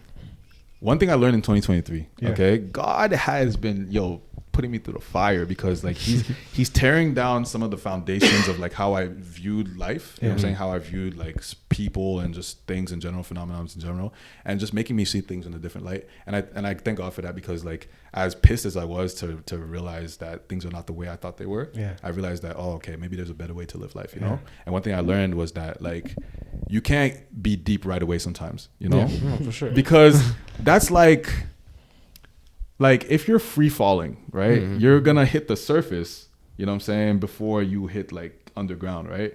You know what I'm saying? And like, I always have to go through the front door before I reach the back door, right? If I reach the back door, you know what I'm saying, somebody's gonna think I'm here to rob them. Too intrusive. You know what I'm saying? Somebody's gonna think I'm here like breaking in into whatever, you know what I'm saying? But if I come to the front door, they're more receptive, you know what I'm saying? And what's at the front door, it's safe, you know what I'm saying? That's what people are willing to put out, you know? And you need you know what I'm saying? But what's in the back door, that's the deepest, darkest secrets. That's the insecurities. That's the stuff that troubles them at night, you know what I'm saying? That's the stuff where it's like, man, like this is heavy stuff, right? And because of people's experiences, you know, some people may be more inclined to share. Some people maybe not, because maybe it was safe. Sometimes maybe it wasn't safe. You know what I'm saying? So I have to now understand that, like, you know what, it's okay to sometimes like come to the front door with like a fruit basket, you know what I'm saying? Like, oh, you like sports? I like sports too. You know what I'm saying? And like, and then then you can go to the back rooms, right? If that person allows it, you know? Not everybody's gonna allow it. And that's okay. You have to, guys, like, let's stop forcing friendships, you know what I'm saying? You'll be friends with whoever you need to be friends with, you know what I'm saying? If it's meant to be, it's meant to be, you know? I think let's just show up the way we need to show up, you know what I'm saying? But like, in terms of like getting into the deep relationship, the deep relationships though, I think having things in common is a very good way. but it's not just like surface things. It's like values also. You know what I'm saying? Like ways of thinking, right?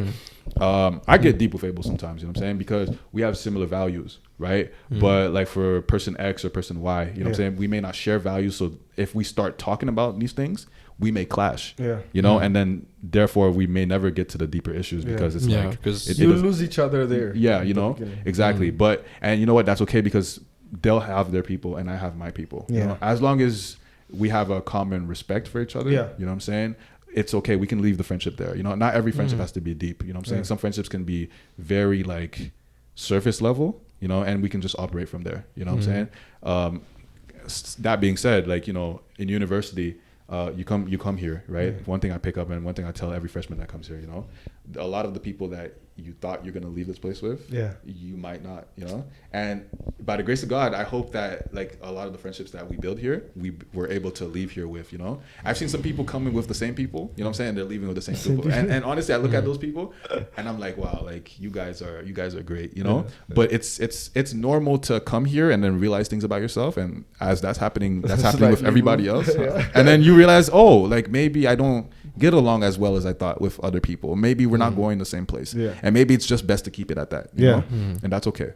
I think to keep friendships, the key is creating a common goal. Like you have to be conscious in creating something you all do or have a focus on. Then that will bring you together at times. Because unless you have, having similar values makes you friends. Like agree on things, not always having clashing like personalities. But then to stay together, same thing with, I think, marriage too. I'm not married, but to my understanding, if you have a very, what are those things? Congruent? Yeah, congruent values. Congruent values. We learned that this past week. It's easy to work on something. Sure. If you're going different places. Yeah, because you might not prioritize the same values, but as long as they, you know, match each other, like they complete each other. They're not clashing. You can build. Yeah, it's not that easy to make it's not that hard to make friends. Yeah. You know? It's just harder to keep them. I don't think it's harder to keep them because you have to nurture them. You have to right? Yeah. You know, like you said, bro, you have to water the plant. You know what I'm saying? Like, and when the plant's dying, like, how are you just gonna let it die, or are you gonna like, you know, put in effort? Not everybody puts in effort, and it's okay. Then that's you realizing that maybe that's not a person I wanted in my life, or maybe you did want them. You just wanted them to put in effort, but realistically, if that person doesn't put in the effort when they see you at your worst, then maybe that's not the person that God wants in your life for you, because God just wants the best for you, and He's going to surround you with the best people. You know what I'm saying? That being said, like I'm kind of gonna shift it a little bit. I see it also in sports. Like for example, like teams, right? Right now I'm working on Burman's basketball coaching staff, right? And I have the same philosophy for our team, right? I think that like we need like vision and a philosophy, you know what I'm saying? Not just going out there to play games, you know what I'm saying? Passion. Yeah, you know, there's no passion. There's no commitment. But yeah, bro, like, you know, I think that a team that has like a philosophy, a team that has a common vision, that has common goals, you know, that's a team that goes far. Whether they win or lose, they'll be friends for life. You know what I'm saying? They'll be able to get along with each other on the field, on the court, whatever the sport is. And off of that, you know what I'm saying? And I think that's one thing that like I try to build in every aspect of my life. I feel like the team was lacking that with all the fights that were happening. You heard about last that year? Yeah. The clips and stuff. I think what COVID did for Burman honestly put Burman in a very bad place. But like shout out to staff, faculty, and students for doing their best to keep it alive. You know, just school spirit and like, you know, what the school stands for. I tried contributing to that as best as I could. No, I think that's the right vision, right? Like having things, the game shouldn't be, the win or losses should not be what drives everything. 100%. Yeah. Or else by win and losses, everything ends there, right? Like if you win, you're friends. If you don't, you're not friends. That's shouldn't be that way. So what are lessons you've been learning as a coach, like being a student coach? Man. Like how do you, like you have friends that are on the team. Yes. How do you create those boundaries as a coach? Because I think that you would find it hard for them when they don't take you seriously because they know you. Yeah. Or like you want to pass on a message, but you have a hard time doing it. Yeah. So stepping into coaching, it's something I actually been convicted to do, you know, in my spirit, you know, and like the doors to even do that was so like they opened so like gracefully, you know. I didn't have to force my way in there. I didn't have to beg or plead. It just happened so like seamlessly, you know, because for Burman, I've been taking stats for the longest while. So I've been around the coaching staff for a long time now, you know what I'm saying? Even when I wasn't on the team or like I just be on the bench, just like watching them. And then from a statistical standpoint, I already knew what the team was lacking and what the team was doing well, you know what I'm saying? So I had a very good understanding of Burman basketball even before stepping into coaching, right? And then once I stepped into it, it was a whole different thing for me because it's not like now you're not just quiet and just like giving people like their numbers. Now you're telling people how to get better numbers, you know, and you're putting people in a position. And like I think for me it was more than just W's and L's. You know, it was about like how do we represent this school and ourselves in the best ways possible. For me, I think when you talk about boundaries, the first thing that came to mind was like, damn, like how am I gonna do this knowing that I have certain classes with these guys? I'm legit like roommates with some of these guys, you know. Some of these guys I've known since like high school. Like it's a lot, like, you know what I'm saying? And like one bad interaction can really blow things up, you know. But I think one thing that works in my favor is that I'm older than everybody just but one player on the team, right? So I think everybody looks at me as an older figure anyway, right? Because I'm, you know, upperclassman, the age and like just the experience being at Burman a lot longer. You know what I'm saying? So I like to believe I know what I'm talking about. I can't believe next year we're gonna be the 4th years on campus. I'm already technically, just in terms of it goes people so think fast. I'm a 4th year too. Like most people think I'm gonna graduate this year, bro. Hey, bro, like, you know, like, and that's a flex. You know, it's a flex. You know? I mean, we have to cherish it, I guess. Cause we've been here 4 years. You know, might as well. You know, might as well walk into that. You know, exactly. Like, if you think I am, you know, right? But yeah, there's that, and then two, I talked to them already. You know what I'm saying? I talked to my players. I'm like, let's establish boundaries. You know what I'm saying? On the coach, on the court, I'm Coach Terrence. You know what I'm saying? Off the court, I don't want to talk about basketball as much, right? We end up talking about basketball, but like I take it to a certain extent. When I see it's becoming too much like analytical or like you know what I'm saying? I'm like, okay, let's just end it there, you know? And then I even tell them before, if I have to tell them something off the court, I'm telling them, okay, I'm putting my coach cap on or my coach mask on, you know what I'm saying? So you know who you're talking to right now, you know what I'm saying? It's not you're not talking to your roommate or you're not talking to your classmate or your longtime friend. Right now I'm talking to you as coach player, you know what I'm saying? And I hope we can keep it respectful, and I hope you understand where I'm coming from. And I think one thing that I've established really well is that like everything I do is for their benefit, you know what I'm saying? And just for their well-being, I'm trying to put them in a position for them to succeed, you know? This year, the team is doing better too. Oh yeah, there's more wins already. Bro, where it took us some time last year to get some wins, but right now we I think our record is 4-5. Yeah. Right. So that's really good. So we're just one game under 500, right? Yeah. So bro, like compared to last year and compared to the year before, way better. Yeah, way better. And like Burman, I kind of view it as like we're on a rebuild. Yeah. And that's in everything, you know what I'm saying? Every aspect, yeah. In every aspect. Lakeview's coming back next year. Yeah. For co-ed. Yeah. And I heard marketing is cooking up a lot of stuff. You know what I'm saying? Oh, true. Yeah. I can't reveal what I've heard. You know. No. But like overall, it's starting to pick up. You know what I'm saying? Yeah. Even Busa, like this year, Tintedna was talking about how like, you know, the Burman of the past, you know, we always want to talk about the past or whatever, but let's walk into the future, you know what I'm saying? And live the present, you know? So like right now, I'm not going to think, okay, yeah, we sucked in the past. We're just going to continue sucking. Why would I, bro, you know, I wouldn't take the coaching job if I didn't think that I can somehow contribute to like more winning ways or like, you know, whatever, you know? So like, yeah, I guess how I manage with boundaries and how I manage with like just being like a student coach. You hear about student players, but you know, student coaches, that's not really heard of, you know what I'm saying? Yeah. So I appreciate the opportunity, but at the same time, I try to stay as humble as possible. Yeah. And I actually learn a lot more from my players, believe it or not, than they actually learn from me. Yeah. I'm just here for reminders. You know what I'm saying? I'm actually learning the game of basketball through watching them play. Yeah. You know what I'm saying? And of course, my coaches, Coach Cujo and Coach Aaron, these guys are actually amazing at their job, you know what I'm saying? And they do so many sacrifices. They put up so many sacrifices, and I'm stepping into that, you know, sacrificing a lot of my time for the basketball team. I'm just trying to follow in their example. We're all learning from each other, you know? That is so cool. So there's mutual respect. Yeah, you know? that's so cool. But yeah, I feel like the Lakeview update next year will be a great factor for Burman's victory streak or whatever. The freshmen, when they come in, they should not know the Burman of even this year. They should just be into a new phase. Yeah, new phase. Like, we will not know how the Lakeview life would have been, but we're happy with Maple too. We like Maple. Yeah. But you guys knew how Lakeview was, and I think the forum helped with you guys bringing up why Lakeview should be where people should be back again. But I really like and I really see the parallels in between like you as a coach and just what we learned at Saruk.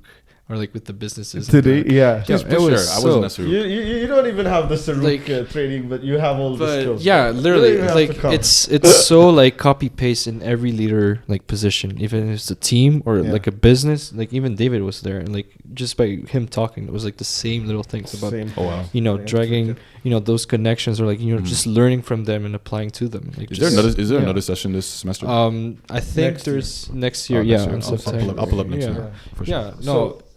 Yeah, September. Okay. Yeah. Next school year then. Okay. Yeah. But apply as soon as you can. You know, for the ones watching and for Terrence. You know, shout out Raja. We're plugging. Yeah. So, talking about being passionate about things. I know you're a musician. We haven't gotten there yet. Yeah. Which is one of your other hats you wear on campus. Yeah. Like, what's your? I know you started as a pianist, and now you play bass too. Yeah. Like, is there a certain genre you enjoy the most listening to? What about music do you love? I think I really like funk. Yes, I love funk, bro. Like like not like PH, but FUNK. Yeah. FUNK, you know? We're talking like... we're talking like... When I say funk, I mean like, you know... Old, like Charles Brown, like Brown? Or like... Like who, sorry? Brown? Like really old? Yeah. You know, like... Early we're talking funk, like 80s, 70s funk, you know what I'm saying? 70s, yeah. Yeah, I like a lot of like... Anything like Bruno Mars, Michael Jackson-esque. You know? Bruno Mars is cool. Anderson .Paak, you know? Yeah. Oh my gosh. Anderson .Paak is...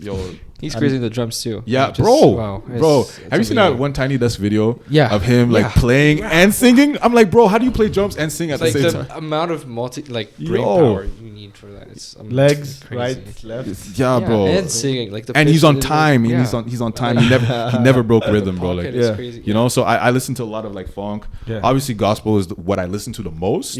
But what I enjoy the most is funk. But gospel definitely because I'm a gospel musician. And that's where I make.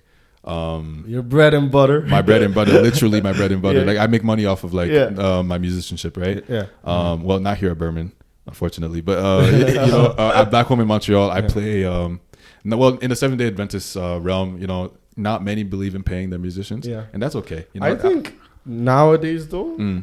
It's starting to change a little bit. Yeah, I think back home, they don't do that. But if I moved back home, one of my visions is to build my own church. Like just build a church that is not influenced by, I love older people, you know. But like have a church where it's much more structured in a way that it's not only about like the human values of the elders that is passed down in the church, whereas there's value. I'm not saying there's no value. I'm just saying there's certain things that you are not. Yeah, but like not putting the human factor, like influencing how the church service should be. Yes. Like those things. Like I think our musicianship, and I feel like music contributes a lot to the church, right? I feel like it's so neglected, especially back home. So neglected. It really gives like the church its identity, like of how like what the church is, right? Young people are like attracted to a certain church mostly because of how the sound is, right? No, but no, we vibe with hymns as well. Like it's so I like hymns. Yeah. I love hymns. There's ways that hymns can be presented that they could still be so beautiful. And it's more, I guess, universal, like in terms of like other churches and like just going, you know, around the world, you hear the same tune, you're like, okay, I know you this. You resonate with that. I think and you know, I agree. Like I think the more variety and versatility that you have in your musicians in church, you know what I'm saying, people that are into classical, people that are more into like jazz or whatever, because I listen to all these things. You know what I'm saying? I listen to a lot of classical music. Like classical music, I'm actually like when I first started learning piano, I was like classically trained, like RCM, World Conservatory. Yeah, RCM. Yeah, World Conservatory. And I only did it for 3 months because I got tired. Yeah, no, it is. It's very hard to get into this, like, because I never did it. I did it like just in track with my teacher. Yeah, my teacher was giving me pieces to learn. Yeah, and like just with the musicianship aspect, I would do RCM, but nothing like really sick. I respect other musicians who do it. Yeah. Like they're following the program from A to Z, like just everything. Like, you know So like I get you. It's really hard. I couldn't do it, bro. Like I couldn't do it because like I'm too free spirited. You know what I'm saying? I'm not structured like that to follow a program like that. So most of my musicianship is off of YouTube. Yeah, you know what I'm saying? You and Joshua are like the backbones to the bass line. From like I remember even coming to the first Ubuntu concert and seeing Joshua let Terrence alone like at the back last year. Oh my god, yo, whenever we sung Joshua, I would always listen to you. Like even if I'm singing, I'm always listening to your voice because it's so cool. Like I appreciate you just put it so that like I remember us going on tour. Like, bro, we'd be on tour and we'd be so tired. But Terrence is always hyping the bass like, bro. I'm not fully bass. I'm like, but you're technically part of the bass. If you say bass, like if it's one line, it's everyone. Okay. Thank you, guys. You know, two musicians. We accept it. I was trying not to. It's a different put myself like you guys. No, but honestly, like baritone name is just another name for like bass 1 or bass 2. Yeah, basically. Like you have altos. You have alto 1, alto 2. Exactly. Soprano 1. No, you know why I say that? It's always better to sit at the back of the wedding and being told to sit in front than to sit in front. I respect that. I respect that 100%. So I'm just saying, I love it. I want to be part of it. But you're included. I forced my way into bass back home. You're included. You're included. Even that dog video on the group chat. We have a choir group chat, and you need he's a dog video. Like, what's your favorite song we've performed? For Ubuntu. Yeah. This is a twofold question for me. Okay, so I'm gonna give you two answers. Right? Yeah, go on. I think the song I love hearing the most is "Abide with Me." For what it represents to me, you know what I'm saying, for what it does like in my head, you know what I'm saying, like the message of Abide with Me. The song I like performing the most is probably Judgment, you know, but the song I and Romando wouldn't agree, you know, he wouldn't agree because he thinks we're lacking on this song. But Been in the Storm, Wayfaring Stranger, yo, chills. It gives me chills, bro. Last year, but even yesterday he was mentioning how we lacked on our performance last year, and I thought it was good. And I thought it was good. I'm like, okay, there's definitely something I'm lacking in my ears if I can't hear what he's talking about. Because I look at Romando's face, and I'm giving you all the tea. You know what I'm saying, Romando? Please, like, you know, if you need to scold me. But like, you know, I think just to give you some of the behind the scenes, like, you know, everybody sees Romando's back, but they don't see his face, right? And like whenever it's Wayfaring Stranger, this guy's stressed because this guy's stressed, and like it's like something's wrong. But I'm singing my part, and I don't know. I'm listening. I'm looking. I'm like, yo, and then I'm like, yo, like somebody's messing up because why would his face look like that? And I don't know if it's the tempo.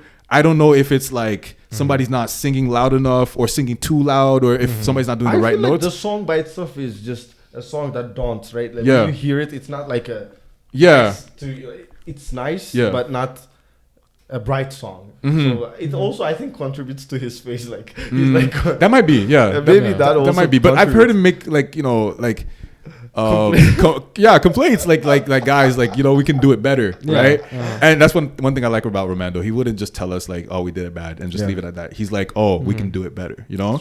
And I think the same way about everything, you know. But like Wayfaring Stranger, Been in the Storm, I think that's probably my favorite one to perform with the choir. You know what I'm saying, by myself is Judgment. Because of my part, you know what I'm saying, my part's easy, and it's I think it's the rhythm of the whole song. You know what I'm saying? That that song, I've mentioned it before, and I don't know, Sabot, like Jehovah Sabot. Those two songs are the reason I joined. But like even performing them last year, it was just so surreal for me. Like I would usually just be like singing and thinking, so cool. Can I give you another answer? Yeah. There's also the songs that I play. Oh yeah, what? Right? Yeah. Because what songs have I played? I've played for Abigail, A Change Is Gonna Come. I've played Jehovah Sabaoth on the bass. Yeah. I played that one Ricky Dillard song for Stanisha. What's that? Stanisha did like 7. No, the choir, of the same song. The choir song. You know, the one I played bass on. I forgot the name. Wow, guys. Yo, like it's a full band.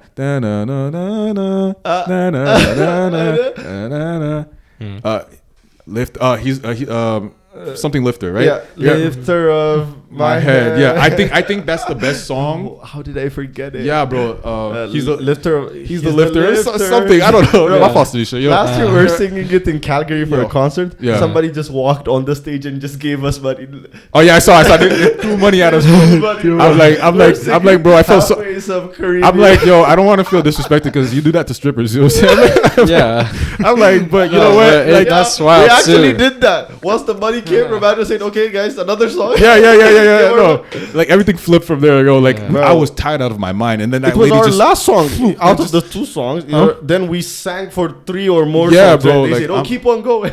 I couldn't do it, bro. But that was cool. Shout out to that lady that did that still, you know. But I think that's my favorite song to hear from the choir. But my favorite song to play probably was Lifter of my head. Probably was Stanisha's song, Precious Lord. Yeah, Precious Lord. That's a fun song to play. You remember her performance in Kingsway? That was, for me, out of all the places she sang that song, she sang it differently each time. But that time, I was like, whoa. Yeah, so good. Yeah, I think I have to say this because, you know, if Stanisha watches this, I think she's the best performer musically that I know in person. Oh, not online. Yeah, no. Person, and you know what? And you know what, bro? That's so much that's valid. That's valid. You know, Yeah, Stanisha's actually really good at what she does. You know what I'm saying? Yeah. I think Romando comes close. He's so good too. That's why I think the trick is you have to be good at something before you're like a coach. Because nobody can talk to Romando. Sometimes he just likes to remind people. Like halfway he'll be like, okay, let me like sing the part and remind them that. Sings over like a whole section. It's crazy. Yeah. That's why for like musicianship, right? With my band, right? Yeah. JJMVT. Yeah, JJMVT. Like, man, I love them guys so much. You know what I'm saying? I love performing with them. And like every time we perform, like I never... Even no matter if it's a good performance or bad performance, I never regret the fact that like I did it with them. You know what I'm saying? There's some days I go play at church. I'm like, I really wish I wasn't here. You know what I'm saying? But every time I'm with them, it's always a vibe. Like I'll be honest. You know what I'm saying? I'll be honest. There's some days I'm like, you feel that way sometimes. You're like, I just want to be in my room. Like, or I don't like I don't want to. Friday night, you know, like the week is over. Yeah, I just want to chill. You know. But whenever I play with JJMBT, like if ever we get a call saying, okay, I want you guys. I'm like, yeah, let's go. I drop everything, you know, because it's they're my guys. You know what I'm saying? That's chemistry in what we do, and chemistry off the court too. You know, I'm mixing analogies, but anyway, when it comes to that, we have to shout out Joshel though. The way he's grown to becoming like like a key member. Like I remember last year, even first semester, he wasn't as involved. But first semester, I don't think he was there. Yeah. He came second semester. Yeah, he did. Yeah. But even second semester at the beginning, he was not. Slowly, I just don't know how it picked up. He just started going. Yeah. And this year, he's been carrying. Like, any praise team I see him. Yeah, he's there. And just just people talking about him. It's like, oh, wow. Like, he adds, like, so much. It's crazy. Yeah. Joshua's ascension, I see a little bit of myself in him. And I'm gonna say 2 things, right? I think, you know, what you're talking about, like, you know, a coach should be good before, you know, whatever. Like, Romando, obviously, for him to do what he does, you know what I'm saying? He's a great musician himself, so we see like vocalist. How that translates into him teaching and whatever. You know what I'm saying? For me, at least my role on JJMBT, I have to make sure I know my stuff first. You know what I'm saying? Because I find myself like, you know, kind of playing point guard a little bit sometimes. You know, obviously like it's a role that like. I love how you said play point guard. Yeah, you know, like no, for sure. Yeah, I play quarterback sometimes, and I'm like, yo, okay, you do this, you do that, you do this, and I get us organized sometimes. It's not always like that. Sometimes it's Michael, because Michael has a great musical brain too. Yes, you know what I'm saying? And I think we all contribute in a way where it's like without one, we lack. You know what I'm saying? We lack. And like I may have certain skills that Boris doesn't have. You know so much respect for Boris too. Yeah, Boris really also came a long way. You know what I'm saying? Wow. Boris also came a long way. We all come a long way because I think where we were like a year, 2 years, 3 years ago, and where we are now, totally different. And where we're gonna be next year, like it's gonna be so different, you know. Yeah. And there's that, and like the way JJMBT came to be, you know what I'm saying? Like it was really like just the most random thing ever. Like it really happened because last year I wasn't in school, right? Yeah. But I was around in Lacombe, right? And I really just came back for the concert, you know? Yeah. I really just came back for the concert. I remember we were like, is Terrence coming? Is Terrence coming? Bro, and he finally came. Yeah, I won't go into that too much. Yeah. But like really, like I was really just gonna come for the concert, stay a week after that, and then dip, you know? Yeah. I wasn't even gonna go to Toronto, right? I wasn't even gonna go to Toronto, but like basically I came, and then like, yo, people were signing me up for things. I didn't even know until like I came back, you know, people telling me, oh, by the way, you're playing this for me, or you're playing that for me, you know?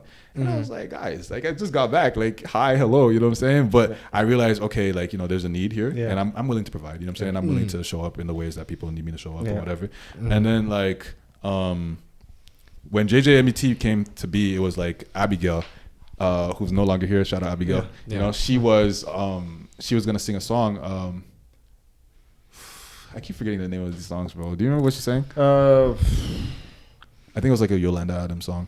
Yeah, why am I forgetting the title, bro? I have a hard. There is a name. There is a name. Yeah. No. All right. So when she first sang that song, she had asked Boris, her brother Joseph, shout out, and Michael to play. Yeah. Right. I think they were present on campus. They were there that semester. Me and Joshua, we weren't there the first. We came the second. Right. Yeah. So we're kind of like stepping into things, you know what I'm saying, getting situated or whatever. So she asked the musicians that were already in Ubuntu, right? And then Michael was like, man, there's something missing, you know? So he came to see me. He's like, okay, we need another like keyboardist, you know? Can you play like the synth or whatever, you know what I'm saying? Like add like, you know, like this musical Disney background to the atmosphere to it, you know, right? Yeah. And then I was like, sure. At first I didn't want to do it. You know what I'm saying? I didn't want to do it because I didn't come back for all of that. You know what I'm saying? I came back to chill, just say hi to a couple people, and then just dip. You know what I'm saying? Go back to Montreal. And then I was like, but why not? You know? And then we did it one time, and bro, like the first time we did it, it was like surreal. You know what I'm saying? Because ever since I came to Burman, all I wanted to do was be part of a band. Yeah. You know? When you came, there were bands, right? There were bands. Yeah. And I always got the short end of the stick. Yeah. Because I wasn't as good as everybody else. Yes. You know what I'm saying? And me learning the bass, by the way, that wasn't. You told me this, that was out of spite. That was out of spite because it was so hard for me to like get on the keys, bro. Because there's so many good people. So many good people. Like yo, like was he? You told me that a guy that played for Drake. To be studying Jonathan here, right? Martin, shout out. You know, a lot of people shout out today. Crazy, you know? Bro. But yeah, he apparently this guy played for Drake. You know what I'm saying? He goes to Burman. Wow. Like Burman, you'll never know who you'll meet here. You know what I'm saying? But yeah, so like there's people playing for Drake out here. You know what I'm saying? Of course, I'm not getting to the keyboard. You know what I'm saying? I'm not gonna play. And like the times I got to play, they were cool and everything. But I'm like, man, like how else am I gonna develop, right? Like musically as a musician, right? And then. I'm like, okay, I'm gonna buy a bass. That's it. You know what I'm saying? I'm gonna get there somehow because there weren't that many basses, right? And then, bro, like when I first started, I sucked, man. Like I really sucked. You know, the same way I started piano, I sucked. You know, but obviously you build your way through. And then COVID was probably the best thing to happen to me as a musician. Yeah. Because right when COVID happened, there was nothing happening. No churches were open. Yeah. All I had to do was on Saturday morning, if I really wanted to worship, because for most of my life I've been worshiping like this, right? Yeah. So all I had to do on Saturdays was really play, you know what I'm saying? Come out with musical covers, and then bro, by the time I got back to Burman, bro, like it became more like you were there. I was like, oh wow, like this is what I was getting ready for, you know what I'm saying? And like now coming back to Ubuntu like last year, I was like, oh, you're at the top. Oh, yeah, I was like, yeah, but and then times have changed. Yeah, things were different. Like it wasn't like I didn't have to like, you know, beg people, yo, please let me play. It's like now people are begging me to play. And then I realized, oh man, be careful what you wish for. Yeah, because what you think you want sometimes it may be what you want, but sometimes it's there's not, other stuff that comes with there's other stuff that comes with it. You know, heavy is the head, right? But like I believe that like, you know, it's God that put us together because like I realized how we've become like more more of ourselves musically, but we've created like bonds off of like, you know, outside of like the instruments and stuff. And then Joshua just like slowly creeped himself in. We kind of like, you know, he was like the baby of the group, you know what I'm saying? We're like, yeah, let's just have him in. And Joshua used to be like erratic, you know what I'm saying? Like he used to just like just do whatever he wants. And then we taught him, like, I think the biggest thing that Joshua had to like develop was like discipline. You know what I'm saying? Musical discipline. And right now like he's holding it down for us. Like bro, like there's some times I just like stop. I just stop playing, just like hear him play. I'm like, damn, like this guy's good. That's, you know. And like the way JJMBT came to be is it was more like random. And then remember Amateur Hour. Joseph was like, yo, let's do it. And then I at first I didn't want to do it, but when I heard it was a cash prize, I was like, we might as well try. But I didn't believe in us. I will admit I didn't believe in us. You know they didn't believe in us. I didn't believe in us. You know what I'm saying? And then bro, we ended up winning. And then the love and the support that we got, bro, was so much. I'm like, wow. Everybody knows the name. Yeah, and I'm like, wow, you know what? I wish you guys chose another name. That was not, that was not just a collection of the our initials. But just a band, like an icon. Okay, this is going to be iconic, JJMBT. But like, I just feel like you guys could have added some more to it and made it. But now you can't. Now, it's stuck. It's stuck, right? And now the fact that Joseph is gone, like they're like, who's the other J? And I'm not gonna lie, we started recruiting. You know what I'm saying? We started recruiting, but then out of respect for Joseph, like we kept it like that. You know what I'm saying? Because even when Joseph is gone, we still talk to him and he still talks to us. You know what I'm saying? And we realize JJMBT is not just about playing; it's about like the bond that we have with each other. You know what I'm saying? We're brothers. I think we should. I have plans I've talked to you about. We have plans to work with you guys. Yeah, you did say that. Yeah. We won't, you know, when it happens, it will happen. That's all I'm gonna say. Before we've had so much fun. I just want to ask. It was just, you know, from musician to musician. Right? You like playing, like there was this really big question that I always dealt with as a musician, and I just want to ask to you, like, when you play, when you perform, when you listen, do you do it for the listener or do you do it for yourself? I'll start with my answer first, just to give you time to brew up. Whatever that's a good question. But whenever I play, you know, I always try to remind myself that God gave me that purpose here on earth, right?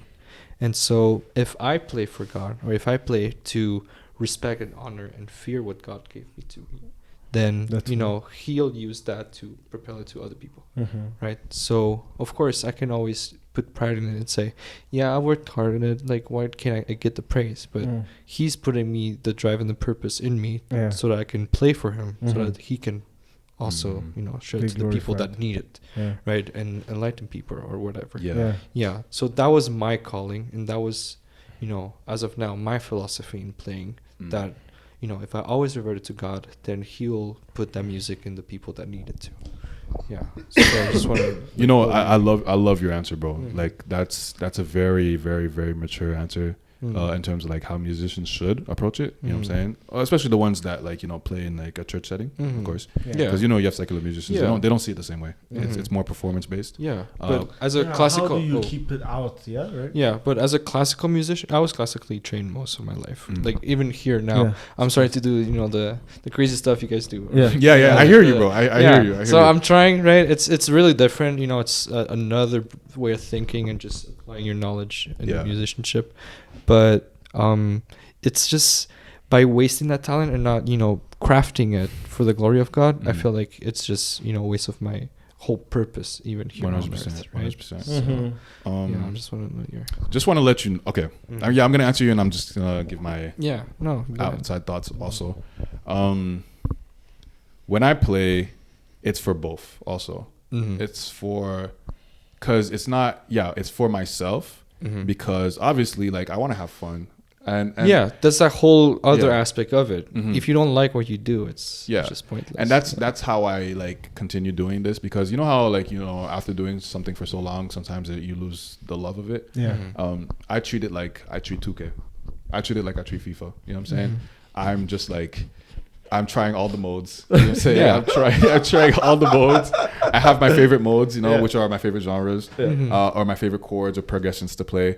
But then like sometimes I try higher difficulty of things, you know what I'm saying? And what makes it really like fun is that it's not only in practice, but even like when it's like performance day, you know what I'm saying, whether it's church or whatever. Sometimes I do stuff that I know that I don't even do right in church because I'm like, well, screw it. Let's do it. You know what I'm saying? Like, you know, like like, you know, sometimes like you play FIFA and then like, Joe, just for the fun of it, you're like bicycle kick, you know what I'm saying? And you're like, that wasn't even the right move, but like, you know, you just do it sometimes. I think every musician tries something from time to time, you know, and I do that too for myself, you know what I'm saying? Because I treat it like a game, and that's why it comes so easy to me. If I don't treat it like work, or I don't treat it like a chore.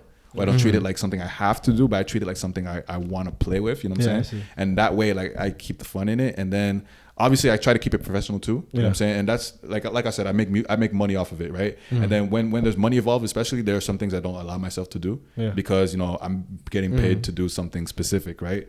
So it's like, okay, let me get this. Yeah, you know what I'm saying? But so I play for myself, but I also play for the listener. And that's twofold, because you have the audience, and the audience is like the physical audience, and then you have the spiritual audience, right? And I'm worshiping God while also leading others into worship, right? So the first person I'm keeping in mind is God, where it's like, God, before I play, I always pray, right? And then I always ask God, okay, like, you put in an investment into me, you give me these gifts and talents, and not only gifts and talents, because there are stuff that like I have, like, you know, just maybe an understanding, but also I trained for this, but also he gave me the willingness, you know what I'm saying? The willingness to train, and the willingness to perform and all that, you know what I'm saying? That's another thing that a lot of musicians have, like, great skills and abilities, but they don't have the willingness to just go out there and do the things, you know what I'm saying? And God gave me that, and I recognize I think half the campus knows how to play some kind of song. So, yes, bro. It's so like when I stepped here, it was so crazy to see how many musicians or musically trained people. There are a lot, but not everybody wants to do willingness, as you say. Yeah, some people are shy, or like some people just, I guess, don't want to do it for whatever reason. But like, I thank God, and no shade, but like, I thank God for what He's given me. You know what I'm saying? Because I've seen how it's blessed other people, and coming to that now. That's the other reason why I do it, to bless people. You know what I'm saying? Not because I have something I can bless them, but because what God gave me blesses them. You know what I'm saying? True. So there's that. And also, you know, I view myself more than just a musician. You know, I step into like the biblical term of a Levite. You know what I'm saying? Anybody that ministers in any type of way is a Levite. You know what I'm saying? And Levites are like the praise type. Yes, you know what I'm saying? We're the ones that lead. Like, it's a whole tribe, right? You know what I'm saying? Everybody in the tribe of Levi is a Levite, from the youngest child to the eldest person in the tribe, you know what I'm saying? And they all serve God in some type of way, right? And these people are to be taken care of, you know what I'm saying? And I'm not expecting people to take care of me in any type of way. I'm not expecting people to, like, you know, just bless you up. Just bless me. But because God gave me what He gave me, and because God wants me to minister, He's going to take care of me. He's right? Gonna provide. So since He's going to provide, all I can do is just like, I don't have to worry about anything, you know what I'm saying? I'll drop homework, you know what I'm saying? I'll drop whatever it is to come play, because I know that I'm gonna make up for the time, you know what I'm saying? Or I'm gonna have the motivation or the energy to do it. So yes, I play for myself, but I also play for God, and I play for other people, knowing that it's a full circle type of thing, you know what I'm saying? I benefit from it, they benefit from it, and I'm just giving God back what He gave me. Playing for yourself, just a little quick comment. As classical musicians, it's very easy to lose yourself into this, you know, I gotta strive for great now, I gotta like practice, and not finding the fun in it, or like you said, the game in it, right? That was something that at first when I came here, it was work for you. It was very, very difficult for me, because I'm still, you see it as work most of the time. I'm still a perfectionist, right? So in the music classical realm, like, it's always striving for perfection or for greatness or expression, right? So if you try to play, you know, like for fun or for game, like, they won't take you seriously, and it won't be as fruitful in your performance. But there was this upperclassman who left Lemuel, right? He had a performance, and I was like, hey, how do you, like, you know, because I had like stage fright for like my whole life, really? Which is crazy, which is crazy as a musician, right? Like, and he was like, hey, like, just don't worry about it. It's not that deep, right? So I was like, like, it just shifted, right? That's all he told you. That's all it took. It's like, it's not that deep. You don't have to be perfect. Like, you're a musician, and like, just by having, you know, the authenticity to like actually show it to people, like, it's already the step, the hardest step you have to take. Right? So even now with performances, I just did a recital and everything. Like, I wasn't even striving to, like, you know, be everything perfect. I did mistakes and stuff, but I'm still here, right? So. I hear that, bro. It has been such a fun conversation. Before we conclude, though, we have to, like, I want to know, what are you looking forward to? Like, what's your passion? Like, where do you want to go in life, at this moment? What are you thinking about? Man, so many things, bro. Yeah. I want so many things for my life, bro. You know, but obviously because we do this section because we want to look back at this conversation, even if nobody watches this. Right. Yeah. We are gonna watch it at some point, and then we're gonna be like, oh, where were we at this? I love that, bro. Life, right? I love that. Yeah. I want you to say it out. Yeah. I'll try to give you as much as I can without like ranting. You know what I'm saying? So, I want a family. Yes. I want to be a family man. You know, kids. I don't know how many. I just want one at least. You know. Yeah. My wife comes the fifth, huh? Yeah, you know what? Rudy I think it ends with me too. Yeah, I think it ends with me. Keeping the name. I think it ends with me, but we'll see. We'll see. And I don't know. I don't think about that too much, but I think it ends with me, to be honest. Yeah, just a regular V, right? But yeah, so a family for sure. But first of all, most of all, I want what God wants. You know what I'm saying? That's my whole purpose, bro. Just doing God's will. You know what I'm saying? And as hard as that is for me, I realized that, there's nothing better, you know what I'm saying, but to be in God's like service and be God's like, whatever he wants for my life, that's what I want for myself too. But I guess like certain personal things is like I said, a family. One thing that I really am big on is that at some point in my life, I want to build a community center, right?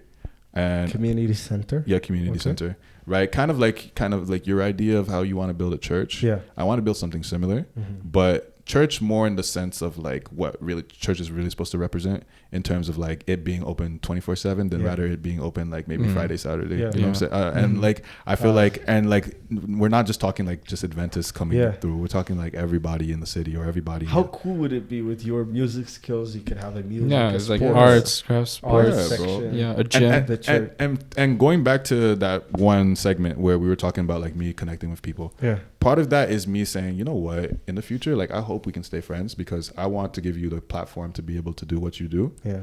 And me giving you that platform could probably be at my community center where it's like, if you're into like art, you know what I'm saying? Then bro, just here, rent out this place, you know what I'm saying? Have it and do whatever you want to do, you know what I'm saying? Just bring in people and have them express themselves artistically. Or with my musician friends, you know what I'm saying? Guys, you want to teach music or whatever, you know what I'm saying? Here's one spot here, you know what I'm saying? You can have all the time you want, you know what I'm saying? I just need you to like bring in people from the community. I just want to bring people together, you know what I'm saying? And I just want to like meet people and, just help people grow. You know what I'm saying? And not even like force feed them Adventist values or anything. Just like the community aspect. And then if like the calling is, being served, then you're like, we have church at Saturday if you want to come. Exactly, right? There would be a chapel. There would probably be a chapel in there or something like that. Exactly. In the back. That's and like, so cool. Yeah. Manny has a similar idea, right? But a youth center. A youth center. To have some. Such a cool idea. I got what else, bro? Oh, before anything, shout out to Manny. Listen, you weren't here for the chapstick. I got the chapstick. He always talks about the product chapstick. Product placement, What else? Bro, I just want. Do you want to serve as a minister? Like, is that part of your goal? Yes. As a pastor, I'm not sure, but I tell people like I'm willing to do stuff like army ministry, prison ministry, chaplaincy, social work, counseling, psychotherapy. You know what I'm saying? There's a lot of avenues that my degree opens doors for. You know what I'm saying? I just want to step into whatever God leads me into because I know my calling is to be here and study what I'm supposed to study. Yeah. What's after that is really up in the air. You know what I'm saying? But I'm so like down for ministry that I'll accept anything. Right? And there's that. And also what I want really is I really want to just be the best person I can be and like, just continue educating myself, continuing to read. I wish we got more time to talk about like the stuff I read. Yeah. We didn't think about that. Yeah, no, because I would have guessed that you were a reader, that's for sure. Yeah, code and stuff. I haven't been reading a lot lately, but like bro, when I have time, like I make sure I read, like like a book that What's the latest book you read? Latest book? Yeah. Well, it's not a new book that I've read, but I've read this before. But it's 48 Laws of Power. Robert Greene. If you know, It's in my Amazon basket. I just need to click it and buy it. Fam, if you want a PDF copy, I got you. Me and this man have been discussing some principles. Yeah. Okay. We can't like one of the laws is you can't spill the secret, you know. Whoever watches this, you're lucky. If you don't, we're not going to force you to read it. Yeah, you know, but that's a book that everybody should read. And I think, you know, it's like educating myself and educating the people around me. I just want to be like, yo, like I believe, again, coming back to that conversation in evolution, you know what I'm saying? Yeah, I'm not gonna turn into some superhuman that has wings one day. I don't think so. You know what I'm saying? But I think what we have the potential to be is if we reflect God's character, right? Yeah. God is infinite. You know what I'm saying?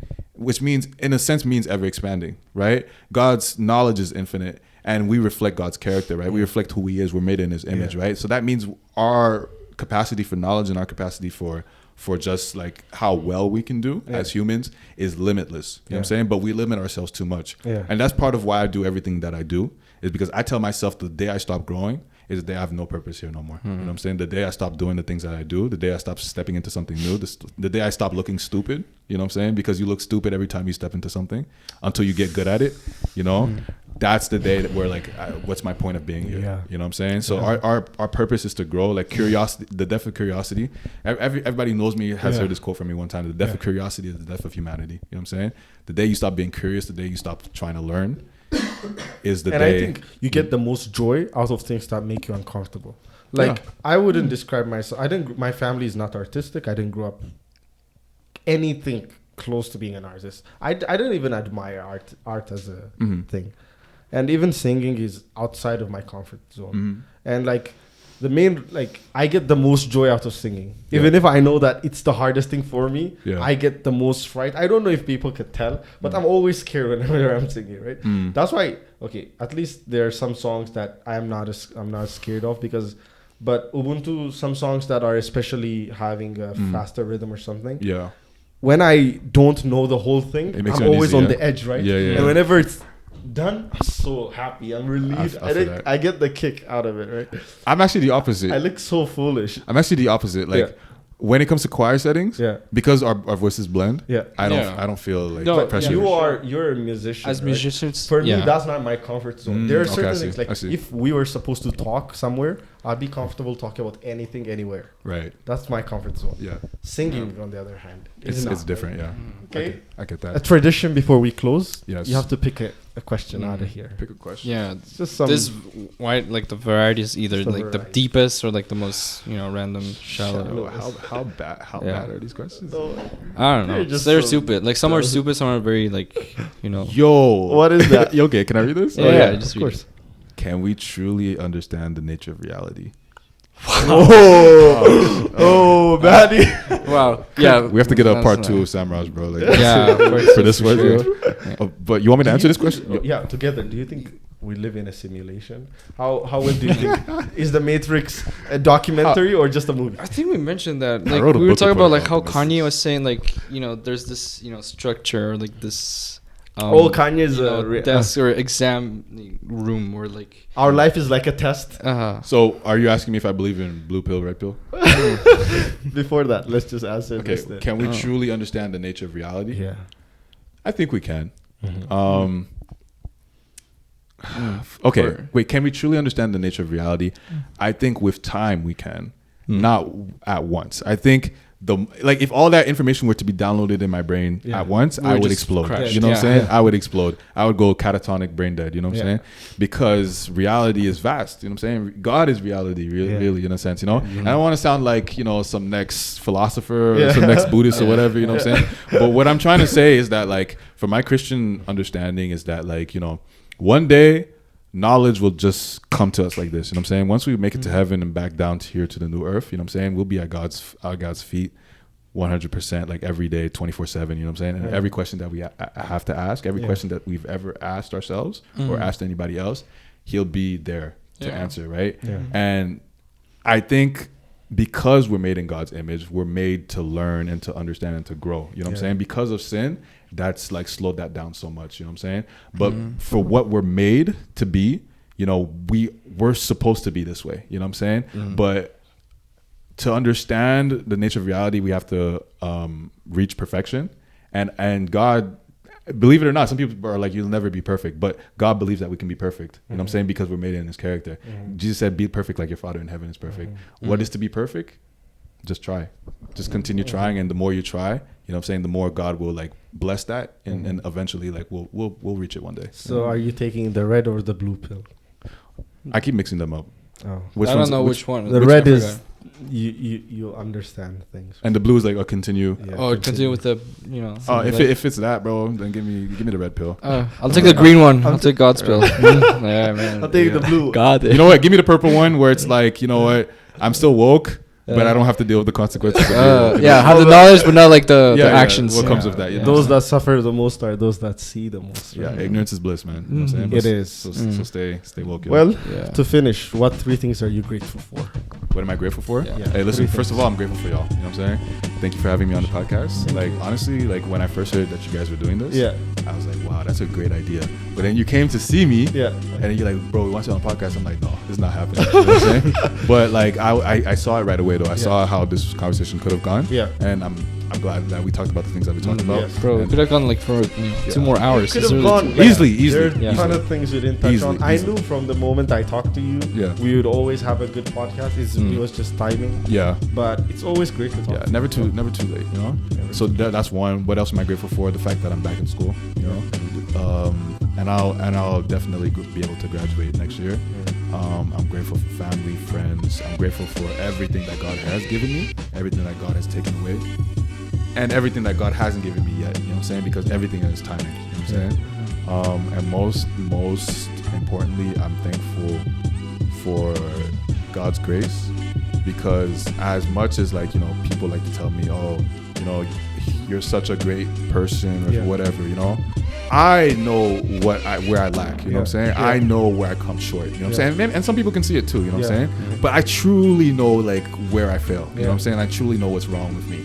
But God sees me in a way where it's like, yeah, even though you did this, I still love you, you know what I'm saying?